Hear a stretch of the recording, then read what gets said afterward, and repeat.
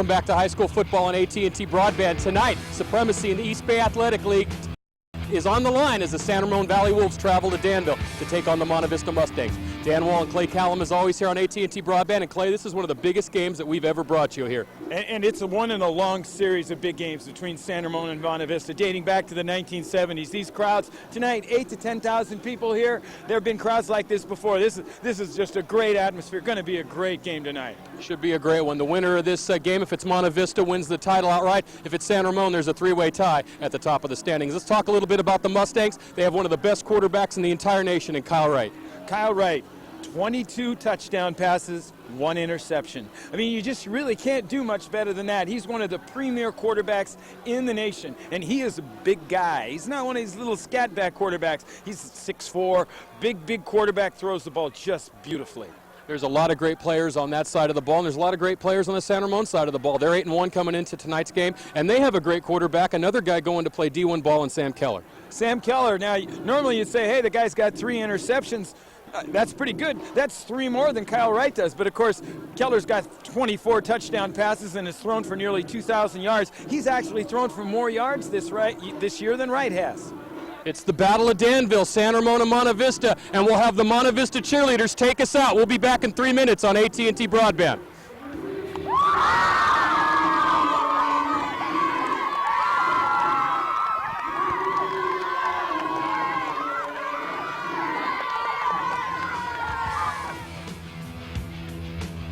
Tonight's AT&T Broadband Game of the Week is made possible by a generous donation from A&D Creative Trophies.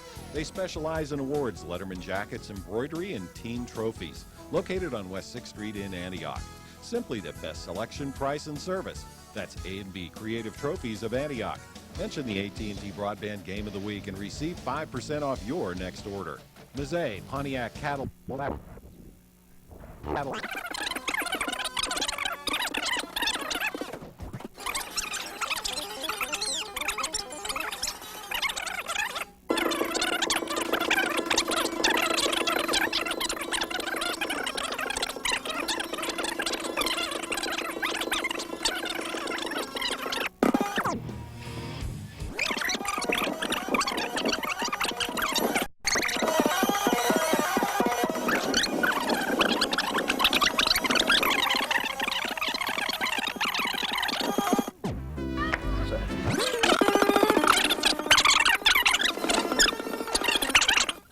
Dan Wall and Clay Callum back at Monte Vista High School, and we have the national anthem being played, and we'll send it down to the field.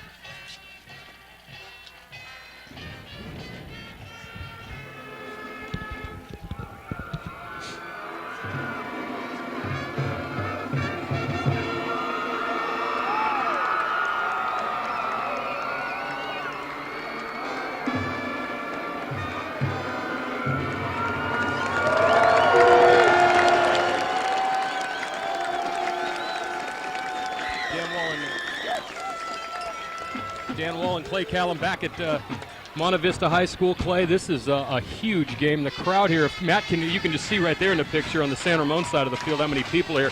But if we can get a pan of the entire stadium, there are people on the hills outside the stadium. There's people all along the track. It's one of the biggest high school football crowds I think I've ever seen outside of the Oakland Coliseum.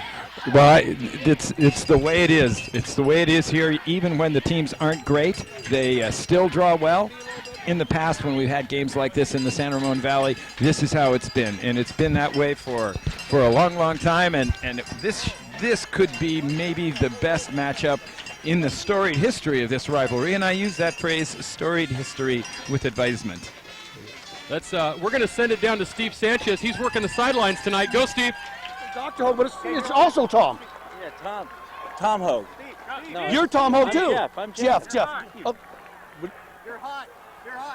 I'm down here on the field with Dr. Jeff Hogue and his wife Joyce, and we're going to be interviewing a lot of parents tonight in this big rivalry right here, and I'm going to ask them just a quick couple questions, and I'm going to start with the mom. What's it been like for the experience at the Mustang here with your son and this year at Monte Vista? Well, this year's been totally awesome, especially with all the publicity surrounding Kyle Wright and also Sam DeSaw, and we just have an incredible team, and it's totally fun. We're a little concerned next year we're losing 30 seniors, so who knows what's going to happen then. Well, I want to talk to, this is my doctor actually from Antioch. Dr. Hogue has his practice there. And doctor, I want to ask you, what's your, I could ask you, what do you think about your son's great year? But he's had a fantastic year, over 1,000 yards rushing, a big part of the offense here. What's his demeanor at home? He's really up for everything, football all the time, and logically it's a learning experience for him right now, being a junior. But he's complimented this team, and this team has complimented him, and I think they work well together. How long have you guys been following this rivalry here with San Ramon Valley and Monte Vista? You guys have been over here a while. Have you guys, even before your son got here, have you been watching this a long time? We've been keeping tabs because we have other friends whose sons have played on this team, as well as the San Ramon team. So it's been a history here. And Joyce, let me ask you this one quick question. What's it like living with a dentist? It's great. I get free dental work. Do you really? Yes. And before you go, Doc, right here? Yeah. Okay. Hey, I want to send it back up to you, and I want to thank the Hogues for taking their time, and I hope your boy has a great game tonight. Thanks a lot. Back up to you, Dan and Clay. Dan and Cal Clay. That's where you're going tomorrow, right? To Cal, right, Clay? That's right. Okay. That's right. He knew that, too. Let's take a look at the standings here in the East Bay Athletic League, and this is why this game is so important. Monte Vista on top at 5-0. San Ramon and Foothill are tied at 4-1. Foothill's only loss is to Monte Vista. San Ramon's only loss is to Foothill, and Foothill's only loss is to Monte Vista. Yes, I actually was right. You had it right. I know. What are the odds? If Monte Vista wins, it's very simple. They're the #1 seed at 3A. If it's a San Ramon victory, and there's the overall standings, then it's a three-way tie. Foothill won the early draw in the preseason. They would get an automatic 4A bid, and then these two teams obviously would then be seeded. Monte Vista still could be the #1 or #2 seed even if they lose. But still, even more so here in this game, it's about Monte Vista, San Ramon. It's about Danville. These kids play on the same soccer teams. They play Little League Baseball together. They've known each other since they were 6 years old. Their parents know each other. The two schools are 4 or 5 miles apart at most. This is a rivalry game that matches Pittsburgh and Antioch in intensity, as you can see by the crowd. We're getting ready for the kickoff here tonight. It's I tell you, I had to park halfway back to Walnut Creek, Clay. So I tell you, I know what it's about. I got here about 5 o'clock. And well, now here's an interesting point as we take a look at San Ramon. They've outscored their opponents 331 to 122, an average of 36.8 to 13.6. And we also have that for Monte Vista, and we'll talk about that as Monte Vista is going to get the ball first here. Deep to receive, or looks like it's Sam Dessa, a very fast wide receiver who's deep on the near side of the field, and number 20, Amin Ali, as Paul Martinez will get ready to kick off. San Ramon tonight, 8-1 overall. They're only lost to Foothill, wearing the white jerseys and the green pants. Monte Vista, the home, black pants and red jerseys. 9-0, the number 10 team in the state of California in the last regular season home game for their great quarterback, Kyle Wright. We're ready to go, and I think about 12,000 others have joined us tonight, and they're ready to go as well. 5 officials out here tonight. And I just had them. There they are. There they are. Bob Dan, Mendel, get yourself together. Mike MacArthur, Dan Leary, Tony Gisoletta, and Ken Leffel, the officials for tonight's game. The kick comes down to Ali right at the goal line, and he is off with it up the middle to the 20, and he's hit hard at the 20-yard line. That's where the Mustangs will take over their first possession. Let's take a look at the offense of the Monte Vista Mustangs. Of course, we've talked a lot about Kyle Wright, the great quarterback. Tom Hogue, the only running back. 3 wide receivers, Sam Dessa, Cale Turner, and Tyler Schroeder. Ross Beastman is the tight end. Across the front line, Wyatt Zilius, Kelly McElroy, and Shoecroft for Craig Bergman in his 6th year here at the helm of Monte Vista. And there's a lot of interesting stories we're going to be able to tell you about tonight. A lot of great facts here tonight. I have written a lot of them down, and I think you stole them all, Clay, so I'll have to look for them. That's Dessa in motion on first down. Right rolling, and he throws into the flat. This is Dessa, and Dessa, good game, close to a first down. Here's the San Ramon Valley defense. Mike Mather, Alex, here's a great name for you. Alex Shabaniani. Hey. Sounds like a dance they did back in the 60s. Smith, you know? Bill Miller, Mark Robinson, and Keith Garrett. 2 other linebackers, Mike Yeager and Chris Johnston. Angelo Richardson, who goes both ways. Scotty Nielsen, Mike Bloom, and Gary Smith, the defense for San Ramon Valley. Second down, that ball was marked out of bounds at the 27-yard line. It'll be 2nd and 3. Hogue is set up very, very deep in the I formation here. He's barely on your screen. It's gives him a good read, but it also allows that to happen. San Ramon can stack him up before he gets to the line of scrimmage. And he stopped for no gain. Here's some of the notes, Clay, that I had written down. This is the first title meeting for these two teams since they rejoined the EBAL. You remember they were in the actually in the FAL for quite some time. What was the FAL and then the DFAL and who knows what it is, TCAL and all that stuff. And that's the first time since '96. Monte Vista has not run an outright title since '92. San Ramon has not won the title outright since '85. Third down and a penalty. Might be delay or motion. It's pretty clearly it'll be on the offense. Dead ball foul. Prior to the snap, we had a false start on the offense. 5-yard penalty, still third down. That's not the kind of mistake you want to make in the opening series of a big game like this. You notice Monte Vista started with a short pass to Dessau so that Wright could sort of get his confidence up, but you get a mistake on third down on the first drive. It's just not a good omen. 3rd and 8 for Monte Vista, the first drive of the night.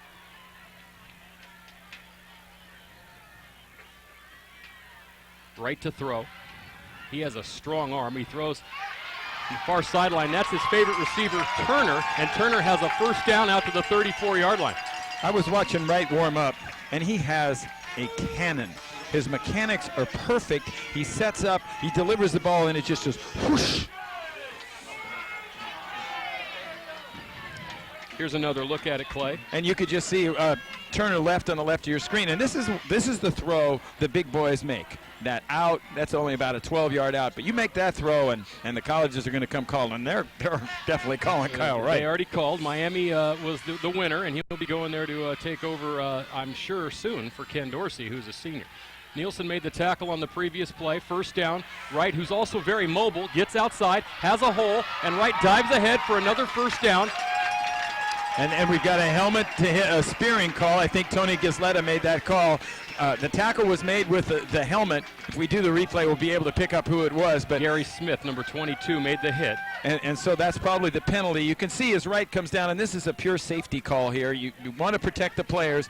Oh, I don't know. It looks like he turned and hit him with his shoulders. I don't know that that's really the right call in this situation. That's a tough break for San Ramon because he did not spear him, not at least from our angle. And they're calling it a personal foul, 15-yard penalty. That'll be tacked on to the game, and so this is going to put Monte Vista in business at the 38-yard line of San Ramon, first down. They're lucky they didn't make that call on the San Ramon side of the field, or there should be some coaches doing cartwheels on the sidelines. There's the head coach of San Ramon, Dave Kravitz. Had a nice talk with the coach earlier this week. And he's a teacher there, and he also is the advisor for the student newspaper, Clay. And that's kind of dear to both of our hearts as we've worked as journalists in our life, not only here in the booth, but also in the print media. First down. Right with Hogue in the backfield. Handoff to Hogue, and Hogue is tripped up for a short gain.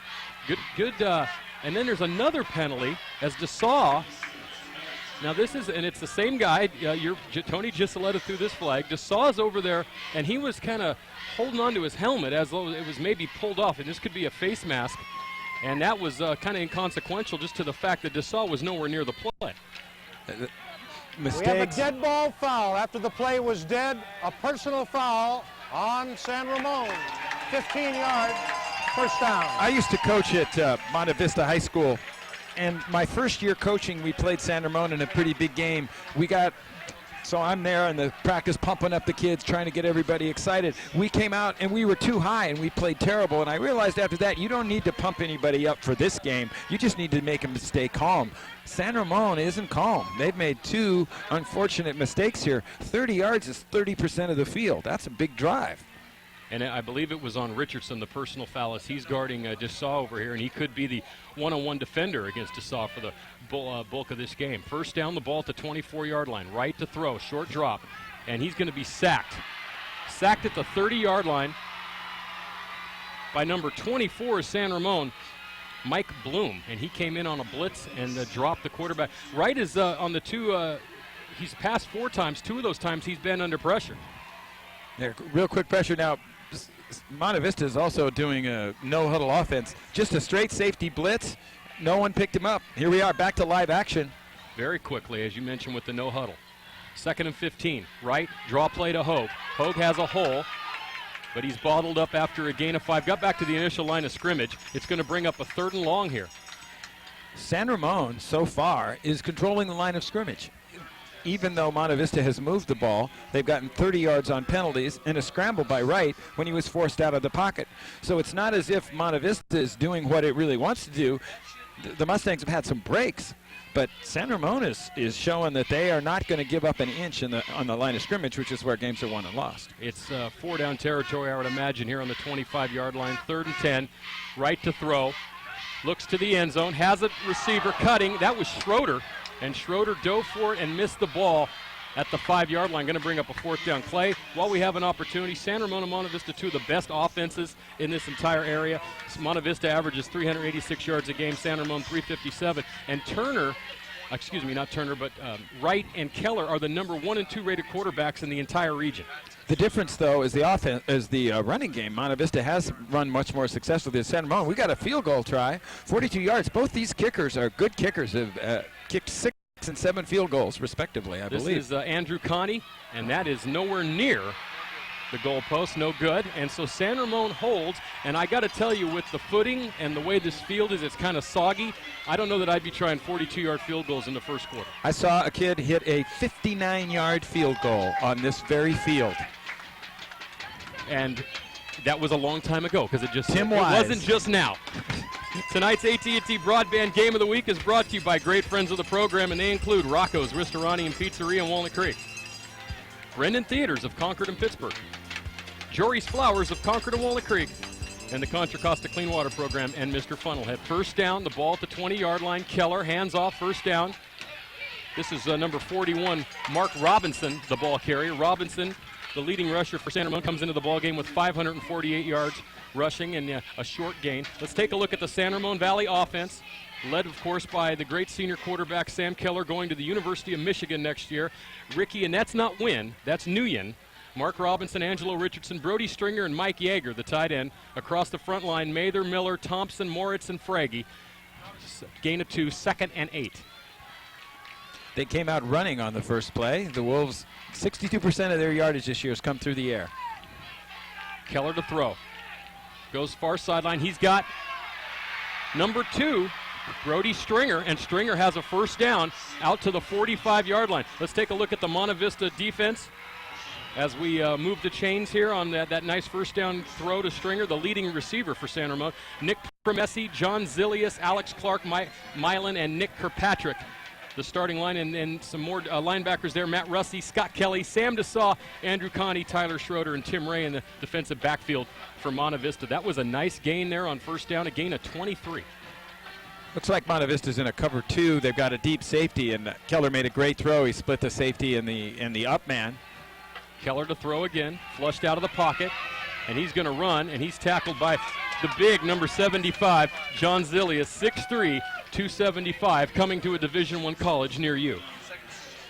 Dan, you mentioned before the game, had there ever been a game in this area where 2 Division I quarterbacks had gone head-to-head? And on this one, Keller has to bring the ball down, scrambles out, and they have a spy on him. Looks like they're really worried about the running plays. So Monte Vista has designated Scott Kelly to sort of spy on Keller and keep him from scrambling with impunity. Impunity, there's the first word of the night. 2,000 yards on the season for Keller with 24 touchdowns, and as Clay mentioned in the open, only 3 interceptions. Second down, a pass this time over the middle. Once again, that's number 4 this time. That is not Stringer, but the other good receiver. Stringer is number 4. That previous pass was to Angelo Richardson. So Dan can't read his roster so far tonight, and I apologize to all you wonderful fans. Everybody's a little nervous. What a great throw here by Keller. He's got a little time, quick release, right on the money. Nice little move by Stringer. And if you've got a quarterback like Keller, you don't have to be open by a lot, because the ball not only is on the numbers, it's on the numbers quickly. So now that we've sorted out that 2 is Richardson and 4 is Stringer, first down San Ramon, hand off to Robinson. Robinson has a first down, and Robinson inside the 20, tackled at the 14-yard line, and San Ramon is very impressively moving right down the field here. And this is not totally a surprise, because Monte Vista's defense and San Ramon's really are not the featured units of these two schools. Jay Moritz here is leading the play. You saw him just turn his head a little bit, couldn't quite get the block on the last Monte Vista defender, whose number I cannot locate. Well, Cale Elliott made the tackle, so that would be him. There you go. So Elliott makes the tackle, the ball at the 14-yard line, first down. 6:20 to go, first quarter, no score, but San Ramon threatening here. The battle for the EBAL on the line and the entire city of Danville. Robinson up the middle, a gain of about 6. It's going to bring up a second down. There's Mark Robinson, a senior. Both of these teams are very heavily senior-oriented. There's only a couple of juniors and one sophomore playing in today's game. Only one sophomore starts for both teams going both ways. That's really something. Both teams start 10 seniors out of 11 on offense. And as Tom Hoag's mother mentioned, 30 seniors on Monte Vista. This is the year for both teams. 2nd and 5, the ball at the 8. Keller to throw, rolling, and he's, good. He got away from that, and then he throws in the end zone. It's intercepted. Sam Desau. And he has great speed, and Desau brings it back out of the end zone to the 20-yard line. That time Keller did a nice Houdini act to get away from pressure, but threw the ball right into double coverage. The problem was the San Ramon wound up with 2 receivers very close to each other in the end zone, and I think he was looking to one and didn't realize that the defender on the other receiver were there. So here you can see him scramble out of the way. He's looking deep into the end zone. Oh, his receiver fell down. That's what happened. He was looking for number 33 coming out of the backfield, Ricky Nguyen, and Nguyen slipped in the end zone. Dan mentioned how slippery the footing was, and looks like we have a penalty on the play, too. Must have been, or perhaps a penalty on the return. Clay, one thing we wanted to point out earlier is the big difference in this game, even though we really didn't see it on that first drive, is that both teams have great quarterbacks, great receivers, but it was a hold on the return. But Monte Vista has the 1,000-yard rusher. Yes, and that should be the difference, could be the difference in the game. It's Monte Vista's big advantage. They're a much more balanced offensive attack than San Ramon, and that could pay off. But of course, if San Ramon can control the line of scrimmage, which is what the Wolves have been doing, then it won't matter what Hoag has done in the past. And Hoag, that time, another short gain. So Hoag has been kind of bottled up here in the first quarter. He has not broken loose for a big run. There's Coach Bergman on the sidelines, as we mentioned. 6th year at Monte Vista. He was the San Jose State coach for 5 years, played quarterback at Santa Clara, and he was on the Final Four team basketball-wise with Sean Elliott and Tom Tolbert at the University of Arizona. So you want him on your gym team, Clay, when you play in the has a good play action on by Wright. Wright throws, has a receiver. This is Beastman, the tight end, and Beastman has a first down over the 30 to the 32-yard line. Tackled by number 22, Gary Smith. A wonderfully designed play, just a wonderfully designed play. 3 receivers flooded the zone. Wright got outside. You can see once he gets outside, he has no pressure here. There's plenty of field for him to run, and even with that, one receiver, there's the second receiver. You can see the third receiver here. San Ramon just didn't have enough bodies on that side of the field to cover. Empty backfield for Wright, and he's audibilizing. There's 4 wide receivers, and Hoag is in the slot to the left of Wright here on first down. The left of Wright, very clever. I'm sorry, the left of Wright. You like that? Wright throws over the middle, and it's incomplete. Intended for number 13, who's in the ball game, Travis Schroeder, the brother of Tyler Schroeder. One reason that pass was incomplete is that Wright was wearing Chris Johnston when he threw the ball. Johnston put on good pressure. Once again, San Ramon is doing what needs to be done down in the trenches. There's Wright's stats, 3 of 5 for 41. On the season, Kyle Wright, 102 of 173, 1784 yardage-wise, 22 touchdowns, 1 interception, and a passer rating of 186.4, Clay. That's incredible. That's the Cincinnati Bengals and Baltimore Ravens quarterbacks combined times 2. And then there's a penalty in late. He had number 12, Tyler Schroeder, the older Schroeder, wide open over the middle. The pass was incomplete, but I think they're going to get a hold on the defender here. And Chris Johnston, that was a wise thing to do, even if it does turn out to be a hold on him, because if he doesn't hold him, he's holding it. He's watching him dance his way into the end zone. And I had that. Remember the game last week, the Ohio State game, where they got that touchdown on 4th and 1 late in the game? Mm-hmm. Why didn't he just pull the guy down at the 10-yard line? We had holding on the defense. 10-yard penalty for the previous spot. It'll be enough for a first down. 3 penalties for 40 yards on San Ramon here in the first quarter. Well, 4:15 to go. It's very interesting that I think they marched that penalty, 10-yard penalty off, and it came up a half a yard short of the first down, but they moved the chains anyway. I mean, if it's a 10-yard penalty, by definition, one would think it would have to be a first down. First down. Another Monte Vista, you like weird formations, they'll give them to you. Trips to the near side and a pitch to Hogue. Hogue has a hole, and that's the first good run of the night for Hogue. Hogue, I think they'll spot this about a yard short, or maybe they're going to give it to him. It's going to be just past the marker, a first down into San Ramon territory at the 47-yard line. Yeah, as Dan mentioned, they've got a ton of people on the right side. It's sort of the student body right play from USC, and Hogue makes a nice cut, accelerates between two defenders, and gets that extra yards by diving there. San Ramon defender tried to take him out at the legs, and Hogue went over him, and that was enough of a boost to get him a first down. Monte Vista hasn't lost. This is an interesting story. They haven't lost this year. Haven't lost a road game in 2 years, Clay. So they've actually played better on the road than they have at home. Oh, nice defensive play. Yeah, that's number 17. Scotty Nielsen. Scotty Nielsen who made that play. That was a nice throw, but when you have good coverage when you're right there, as Nielsen was, it's clear to me at least, I haven't seen Monte Vista play this year, but it looks like to me Monte Vista is showing a lot of new and different formations to San Ramon. That one I think was a familiar one and a play that they were ready for, because Nielsen seemed really prepared for him to take that little out pattern. Once again, they send 3 wide receivers far side. Desaw near side with Hogue in the slot once again, so an empty backfield for Wright. Wright very, very patient with this count right now. But this is the no-huddle offense. You've got the whole time to make that call that you would otherwise be in the huddle. And you know what? I think he did it just enough to make the ref mad. Right. Because the minute he called for the snap, the ref blew the whistle. And I think he was going to do that irregardless of when he called for the snap. Here's some additional friends of the program. Fine Things, Aladino's Pizza, American Plumbing, Straight Line Builders, the New Mecca Cafe, Furtado Heating and Air, Lee Home Sales, Delta RC Raceway and Hobby Shop, Dragon's Lair at Rivertown, Delta Bay Waterproofing, Performance Chiropractic, and Communication Buildings of America. Thanks to all of our great sponsors this year. You know, we're doing 2 games this weekend. Tomorrow we'll be in Antioch for Pittsburgh and Antioch, depending on when you're watching this. And next week we'll start some playoff coverage. Could be here again. Could be right back here. Well, you just have to check the local listings next week for our playoff game. 2nd and 15. That's Turner in motion, right to throw. Goes a little slant pattern, and that was a hold, and I could see that from here. And finally, a flag comes in from somewhere near the Black Hawk turnoff in Danville, and they're going to get someone for a hold on this. This has been a really strange first quarter, excuse me. I think what's happened, as I alluded to earlier, I think the teams are just a little too pumped. That happens when you get with kids at this age. You need to come in with a certain holding calmness. On San Ramon, a 10-yard penalty, replay 2nd down. Well, you know, Craig Bergman played at San Jose State, and I don't know if he ever played in front of a crowd this big. Excuse me, he coached at San Jose State. He played at Santa Clara. And he probably never did play in front of a crowd this big at Santa Clara, because their stadium only holds about 10,000 people.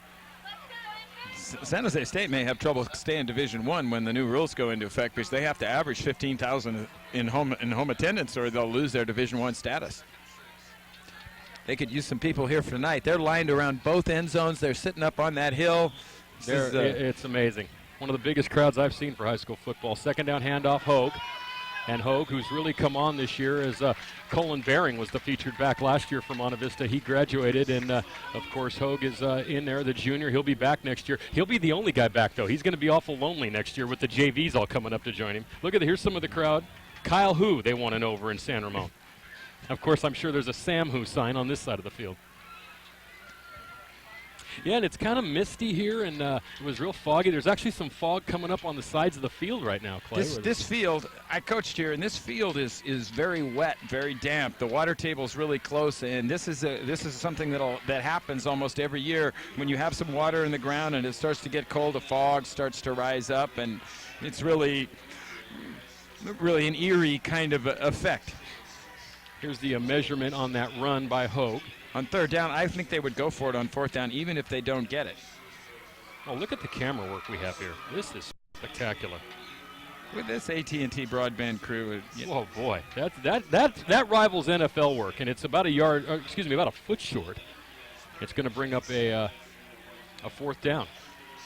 Clearly, they're going for it. No hesitation. So there's a lot of great notes here. It's only 3rd down. Okay, well, you said they would go for it on 4th down, so. I did. I was wrong. Thank you. But they will go for it on 4th down. I was correct in that part, but they won't need to. especially because at this point, I'd be tempted to do a little play action. A little play. This is the perfect play for play action, to throw over the middle, because you have fourth and a foot. There are no safeties deep. Desai is one-on-one. Turner is inside him in the slot. He's one-on-one. There is no deep help on this formation. Oh, and then Wright slips down, and he's actually going to lose a yard. You know, that's why this is a weird call, because he needs footing and he needs traction to make that play work, and he got neither. He would have had the first down. So from a coach's point of view, you're saying, well, you know, that was the right call, but unfortunately Kyle slipped. Got to think, as I mentioned, Dan, they're going to go for it on fourth down. I just was a little previous in the analysis part of it. Yes, you were. So here we go, fourth down, the first big play of the ball game on defense for San Ramon, and Wright straight ahead, and I think he's got it. It makes a difference when your quarterback is 6'4", 200 pounds. A lot of quarterbacks are about 5'8", 160, and they don't move the pile quite as effectively as Kyle Wright did there. And Keller is 6'5", 230. I mean, you see the quarterback for Kentucky, though? He weighs 270 pounds. And only because he's been on a diet. That's scary. I think we're going to have another measurement. Well, I think they're going to make it. While they're doing this measurement, I want to tell you a story, unless we're going to do some business here. We're going to do a little business, then you can tell your story. Antioch Chiropractic and Dr. Bill Riston, Golf and Games, S&S Imports, Trident Environmental and Engineering, Antioch Armory, Pantel's Music Box, Bestwick Insurance, great friends of the program, along with Pacific Pride Distribution, Joe's Food and Gas, Skips Copier, Pace Auto Sales, Narrow Road Design, he did Antioch not make Opticians. It. He was stopped about 6 inches short. Wow. Rock Bottom Records and Images of 3 Hair Salon. So the measurement was being done while we were doing a little business, and it is short by 6 inches according to Clay Callum. San Ramon will take over. Clay, by the way, I just wanted to let you know, I know you were a big fan of Rage Against the Machine. They have a new band, the 3 guys, minus the singer, with Chris Cornell, a sound guard. And they got a new record coming out this week. Thought I'd throw that in. Now that one I'm excited about. Okay. You've been throwing this Boston stuff at me all year, but Rage Against the Machine with Chris Cornell, now we're talking some serious good music. San Ramon takes over at the 38-yard line, first down. Big hole. This is Nguyen, and Nguyen has a lane down the sideline. He's at the 40. He's at the 30. He's at the 20. He's at the 10. Dragged down from behind at the 5-yard line by number 32, Tim Ray. And I'll tell you right off the bat, you talk about a shift in momentum from one play to the next, Clay, especially when it really looked to me like Monte Vista had the first down. This is an interesting thing. This is just a formation play. What happened is number 48 for Monte Vista, Mike Milan, just went inside, didn't contain at all. Nguyen went outside, there was no one there, and showed some real nice speed, nice burst, nice acceleration. Just didn't quite have the angle. 2:41 to go, first quarter. The ball spotted at the 4-yard line. San Ramon first down, trying to be the first team to strike here in the first quarter. No score, handoff Robinson. And Robinson's tackled at the 2. But man, you talk about just changing.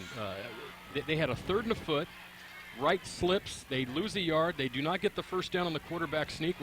And we had thought the thrust had got him through there. And then they get a 56-yard gain from Nguyen, and now they're down there ready to score. Nice end zone shot. Oh, he almost put that across the goal line. That's very interesting, but he's right on the goal line. Of course, Monte Vista couldn't get their first down from really this close. So great end zone shot by the camera work. That's the Robinson thrust ahead there to the goal line, and then he stopped. I believe they're going to mark this just short of the goal line. It's going to bring up a 3rd down from about the 1-foot line. No, they didn't move the pile at all. They did not move the pile at all. Well, Monte Vista's defensive line has got 275-pound John Zilius and 290-pound Alex Clark in the middle. So it's not exactly going to be easy to move those 2 guys out of the way. There's Sam Keller. Keller going to the University of Michigan. And there's another great quarterback from East County at the University of Michigan, Clay. Do you know who that is? I do not. It's Mr. Gutierrez from De La Salle. That's correct. So we got a great quarterback following in the footsteps of both of these schools. Robinson ahead, Robinson touchdown. Spins his way in. Touchdown San Ramon. 1:13 to go first quarter. The Wolves on the board first. They lead 6-0. basically that was a 4-play drive, but basically it was a 1-play drive, and you have to wonder, as you pointed out, how much was involved in that momentum switch when Kyle Wright couldn't move the pile another 3 inches to get that Monte Vista first down. I'll tell you, these kind of games too are all about momentum. These rivalry games, it's just, especially with all these people here tonight. Martinez on to attempt the extra point to try to put San Ramon up 7-0. Spot down, kick is up, and I believe the kick is good, and it is. 7-0 San Ramon. Let's take a look at the touchdown. Another highlight of a 1-yard touchdown. These are my favorite to call. Oh, but look at the camera work. And notice, though, he gets hit and spins off the tackle, and that's really what made that play. That's a nice play by the running back on that play. Hit by Ray, and then he got in for the touchdown. 7-0 San Ramon. San Ramon on the year, Clay, 8-1. They only lost to Foothill. They lost 18-15. We mentioned they're outscoring their opponents 331 to 122. In the preseason, they beat Liberty, Freedom, and St. Patrick's of Vallejo. And last week they played Yerba Buena and beat them 37-8. The EBAL has an odd number of teams, so all of the teams have a bye. And that means that Amador Valley, for example, this week in the last game of the season is playing a non-league opponent. That's very strange. That is a very strange I was thing. surprised because the Amador Foothill game is really a rivalry game. I would have thought that would have been the last game of the season, but it would have left, perhaps they just don't have California high school always gets hung out to dry in the last week of the season. Well, you know, Coach Bergman has never beat San Ramon while he's been here as a head coach. 1-4 against the Wolves and trailing here in the first quarter, 7-0. Well, then if that's the case, they played on the road last year, and they've won all those games on the road. How would they have beaten them last year? Just an idle question. I'm just these the notes I was given by Monte Vista. Oh, I'm sorry, I take that back. Never beaten them at home. Ah, there we go. Never beaten them at home. 1-4 overall. Oh, great Here's block. Desaw. Desaw needs to get by one guy. He ran right into the kicker, Martinez, at the 48-yard line, but Monte Vista will have good field position as they start this next drive. I'll tell you, Sam Desaw can fly. He's going to go to Cal, and he's going to have a lot of fun there in that new offense that Jeff Tedford's running. I'm sorry, never beaten them at Monte Vista. Now, here's some interesting characters, Clay. Do you know any of these guys? No, they're probably, yeah, one of them, Joel Madsen. Oh, no, Joel's right here. That's an interesting section of the crowd here tonight. A lot of people are fired up for this one. A 46-yard return for Desaw as Monte Vista takes over at the 45-yard line of San Ramon. Play action, right to throw on first down. And he's been under pretty good pressure, and he throws that one away. A couple of Wolves there. 71 was there, Mike Mather. And 75 was also there. And here's our great name of the night, Alex Shabaniani. Again, San Ramon is really doing a job at the line of scrimmage. Monte Vista has moved the ball when the Mustangs have had time. And occasionally they've managed to get Hogue out. But most of the time, Wright's under pressure. The spread formation obviously makes it even harder to keep blockers in. You don't have any tight ends. It's harder to protect the quarterback. It is then, in turn, harder to defend against the pass. 2nd and 10, little swing pass to Desaw. Desaw has a blocker. Desaw still on his feet, has a first down, still on his feet, inside the 25-yard line. Dragged out of bounds, far sideline by number 2, Angelo Richardson. Well, you know, Clay, here's a couple interesting points. Freedom held Monte Vista to 17 points, and Wright had a kind of a slow game, and also California. This is actually a lateral. This is not a pass, so this should be a running play. 30-yard running play. But Sam Desaw just accelerates. He almost gets by Richardson, but 2 big plays by Desaw in this drive. 2 games ago, California held right under 100 yards passing, but Hogue had 231 yards rushing because the coaches said they stacked the line of scrimmage. Excuse me, the opposite of that. They were trying to shut down Wright, and then Hogue just went crazy. So that's when we talked about after that play here. We'll take a look at this, a loss here for Hogue. Well, another critical mistake. The handoff is simply not made, not completed. It seems like every series, Monte Vista shoots itself in the foot. Excuse me, sorry, the fumble on that play. So it's 2nd and 15.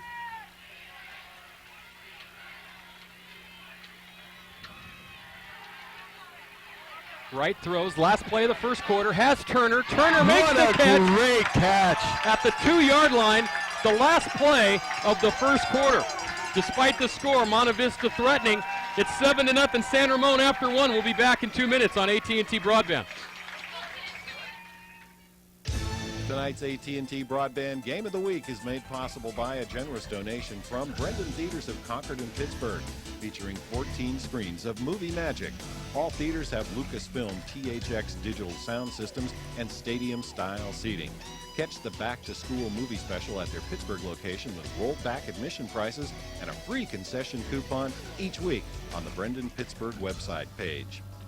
And RSC Rental Service Corporation in Martinez. RSC offers a wide variety of equipment specific to the petrochemical industry, as well as the general contractor and homeowner.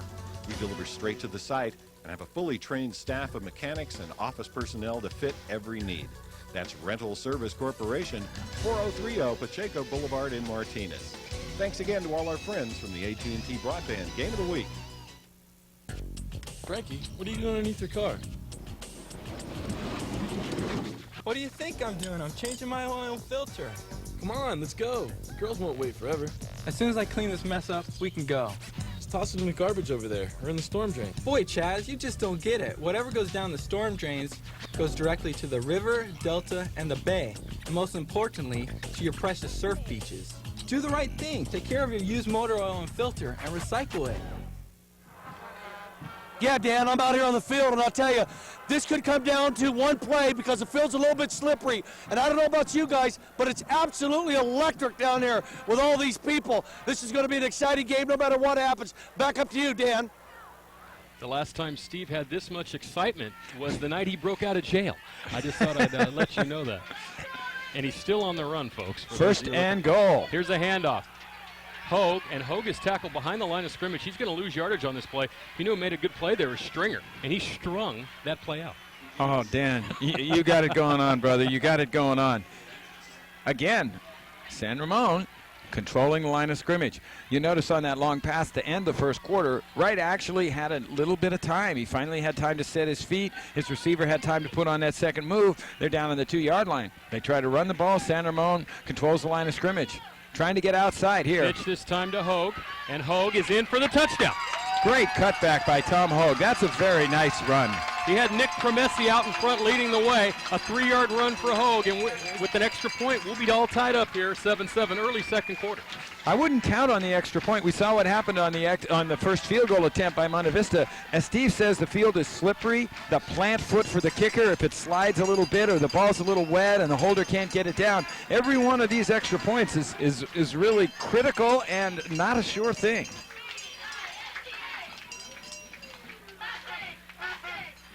The kick is up, the extra point is up and good from Conti. Tied at 7 here, early second quarter.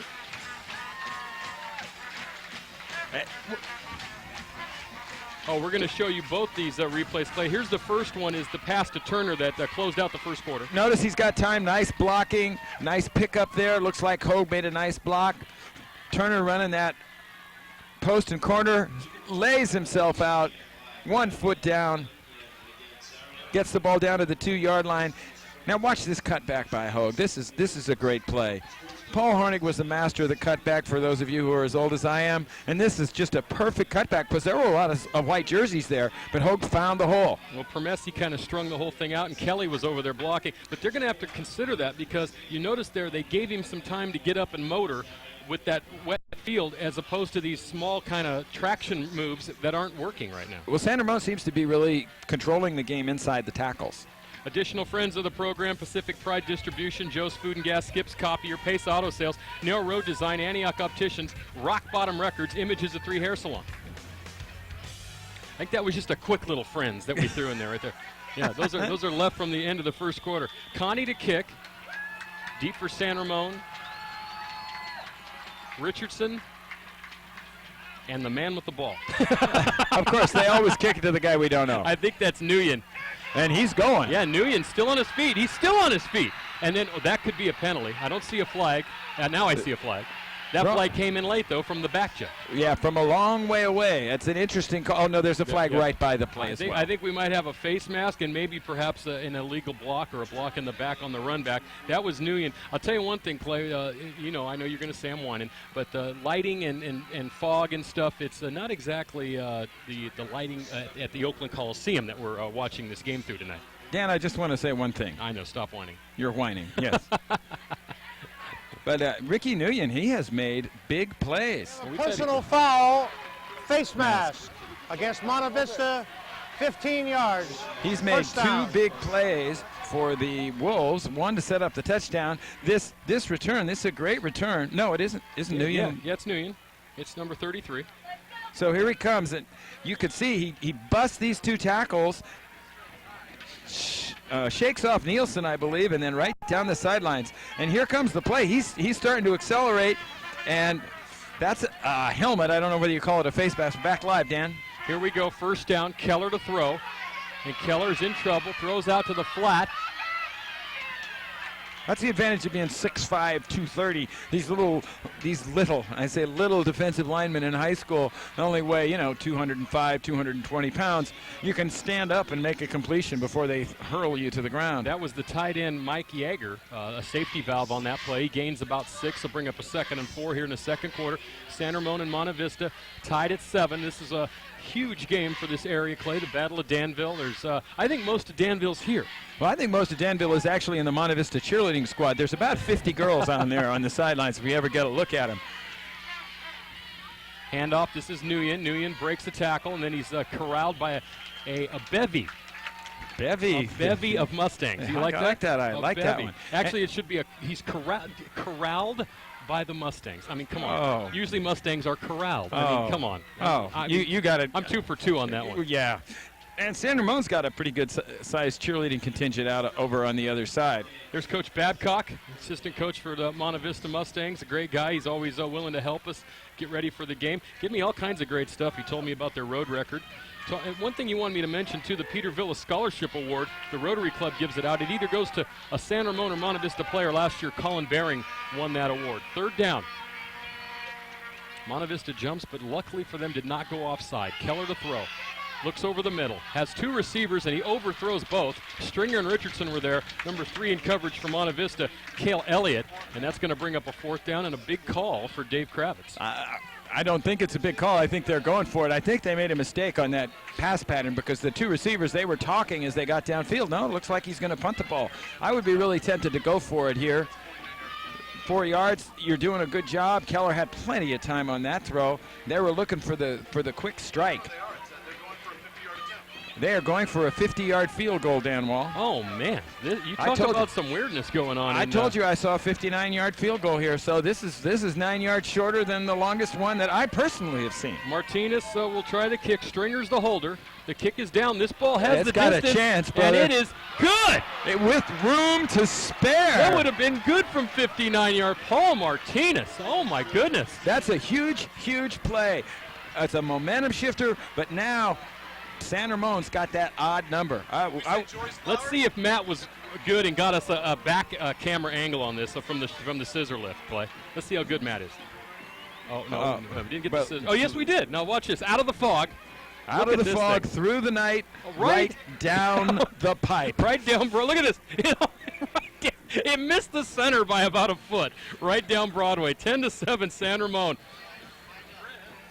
And there's the lone balloon. That's a San Ramon balloon. They launch one every time they kick a field goal. Actually, there's a few of them going out. It's just such a wonderful atmosphere here. The AT&T Broadband Game of the Week is brought to you by great friends of the program, and they include A&B Creative Trophies in Antioch, Mazet Pontiac in Antioch, and soon to be in Pittsburgh. RSC Rental Service Corporation, rental sales and service in Martinez. Here's a shot of the scissor lift behind our graphic there, and our cameraman waving to everyone. Yes. Manny from RSC Rental Service Corporation done a great job getting the scissor lift out here. And tomorrow we're having it out at Antioch for the Antioch-Pittsburgh game. Of course, there's another game, Clay. The first time since 1984 for outright. For Antioch, it'll be since 77. And, you know, they were celebrating back in 77 for another reason. You graduated. That's the year I left. That's we're celebrating. So Ferris Anthony was actually a player the last time the Antioch Panthers won the outright. And back in those days, it was the Diablo Valley Athletic League Championship. Martinez to kick, and if that field goal's any indication, and this kickoff is not, as he line well, drives. they may be trying to kick it away from Desai, though that was not didn't work. successful And because Desai, here he goes. He's on the sideline. Once again, needs to get by Martinez. This time he does. Still on his feet. And tackled out of bounds, spotted at the 38-yard line of San Ramon. Monte Vista in business here, second quarter, 9:20 to go. And Clay, I think this one has the makings of a classic. It certainly does. There have been some great games in this series, and this one, as you say, is right up there with them so far. Desai has such speed. Look at this acceleration. Just busts outside, changes direction, stays on the sidelines. If you'll notice another thing, he's not a big guy, but they never knock him down on this play. They finally push him out of bounds, but he never goes down. He's just got great balance. First down, the ball at the 44-yard line of San Ramon. Oh, a nice little inside draw. That's a new runner. I don't think we've called this runner. As a matter of fact, he's not on the roster. No, it is. It's the young Schroeder. I'm sorry, it's Cale Turner. Of course. It's Cale Turner. It looked like 45 from where I was sitting, but it was an little inside draw to one of the receivers, and it's Cale Turner, short gain of 2, would bring up second down. When Hogue winds up deep in the I formation, they tend to run the ball. Here he's a lot closer to the line of scrimmage, so you've got to be thinking pass. Right to throw, short drop, throws. Blow the whistle, guys. I'll tell you right now, you know how we always argue about what a bunch of the team is? It's a pack of wolves. I know that. It's a pack of wolves. And you know what, Clay? You got to answer this for me. That was a short gain. That was Beastman.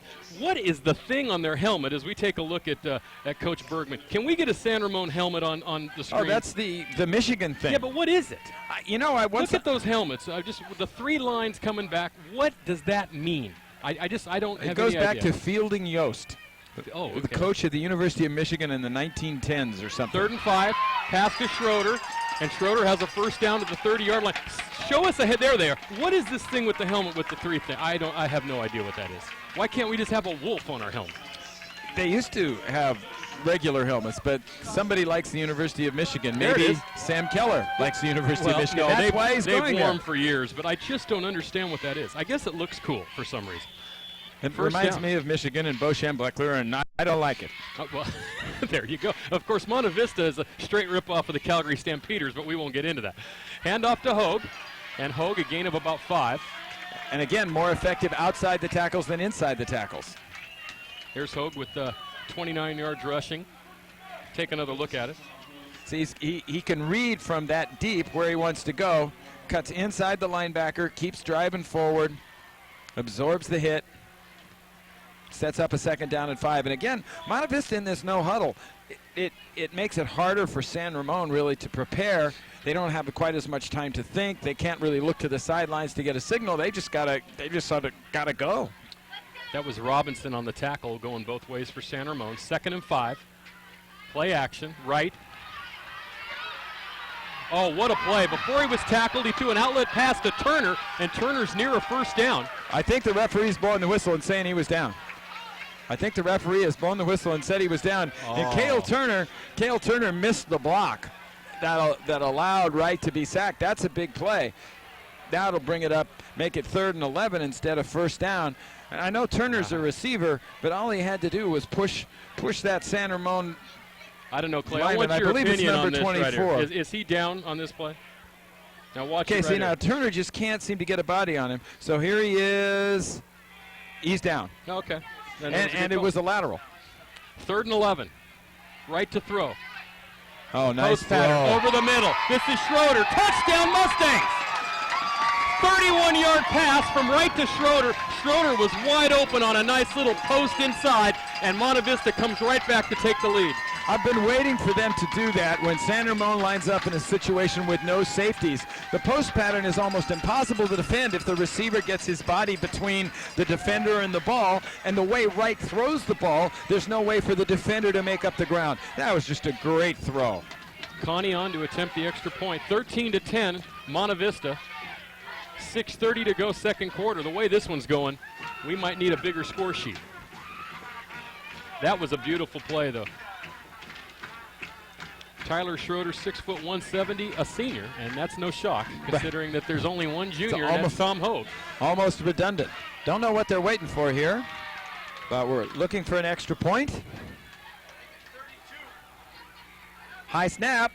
Oh, that was almost blocked, but there was a lot of foot in that one. That one nearly made it to Red Gear Park.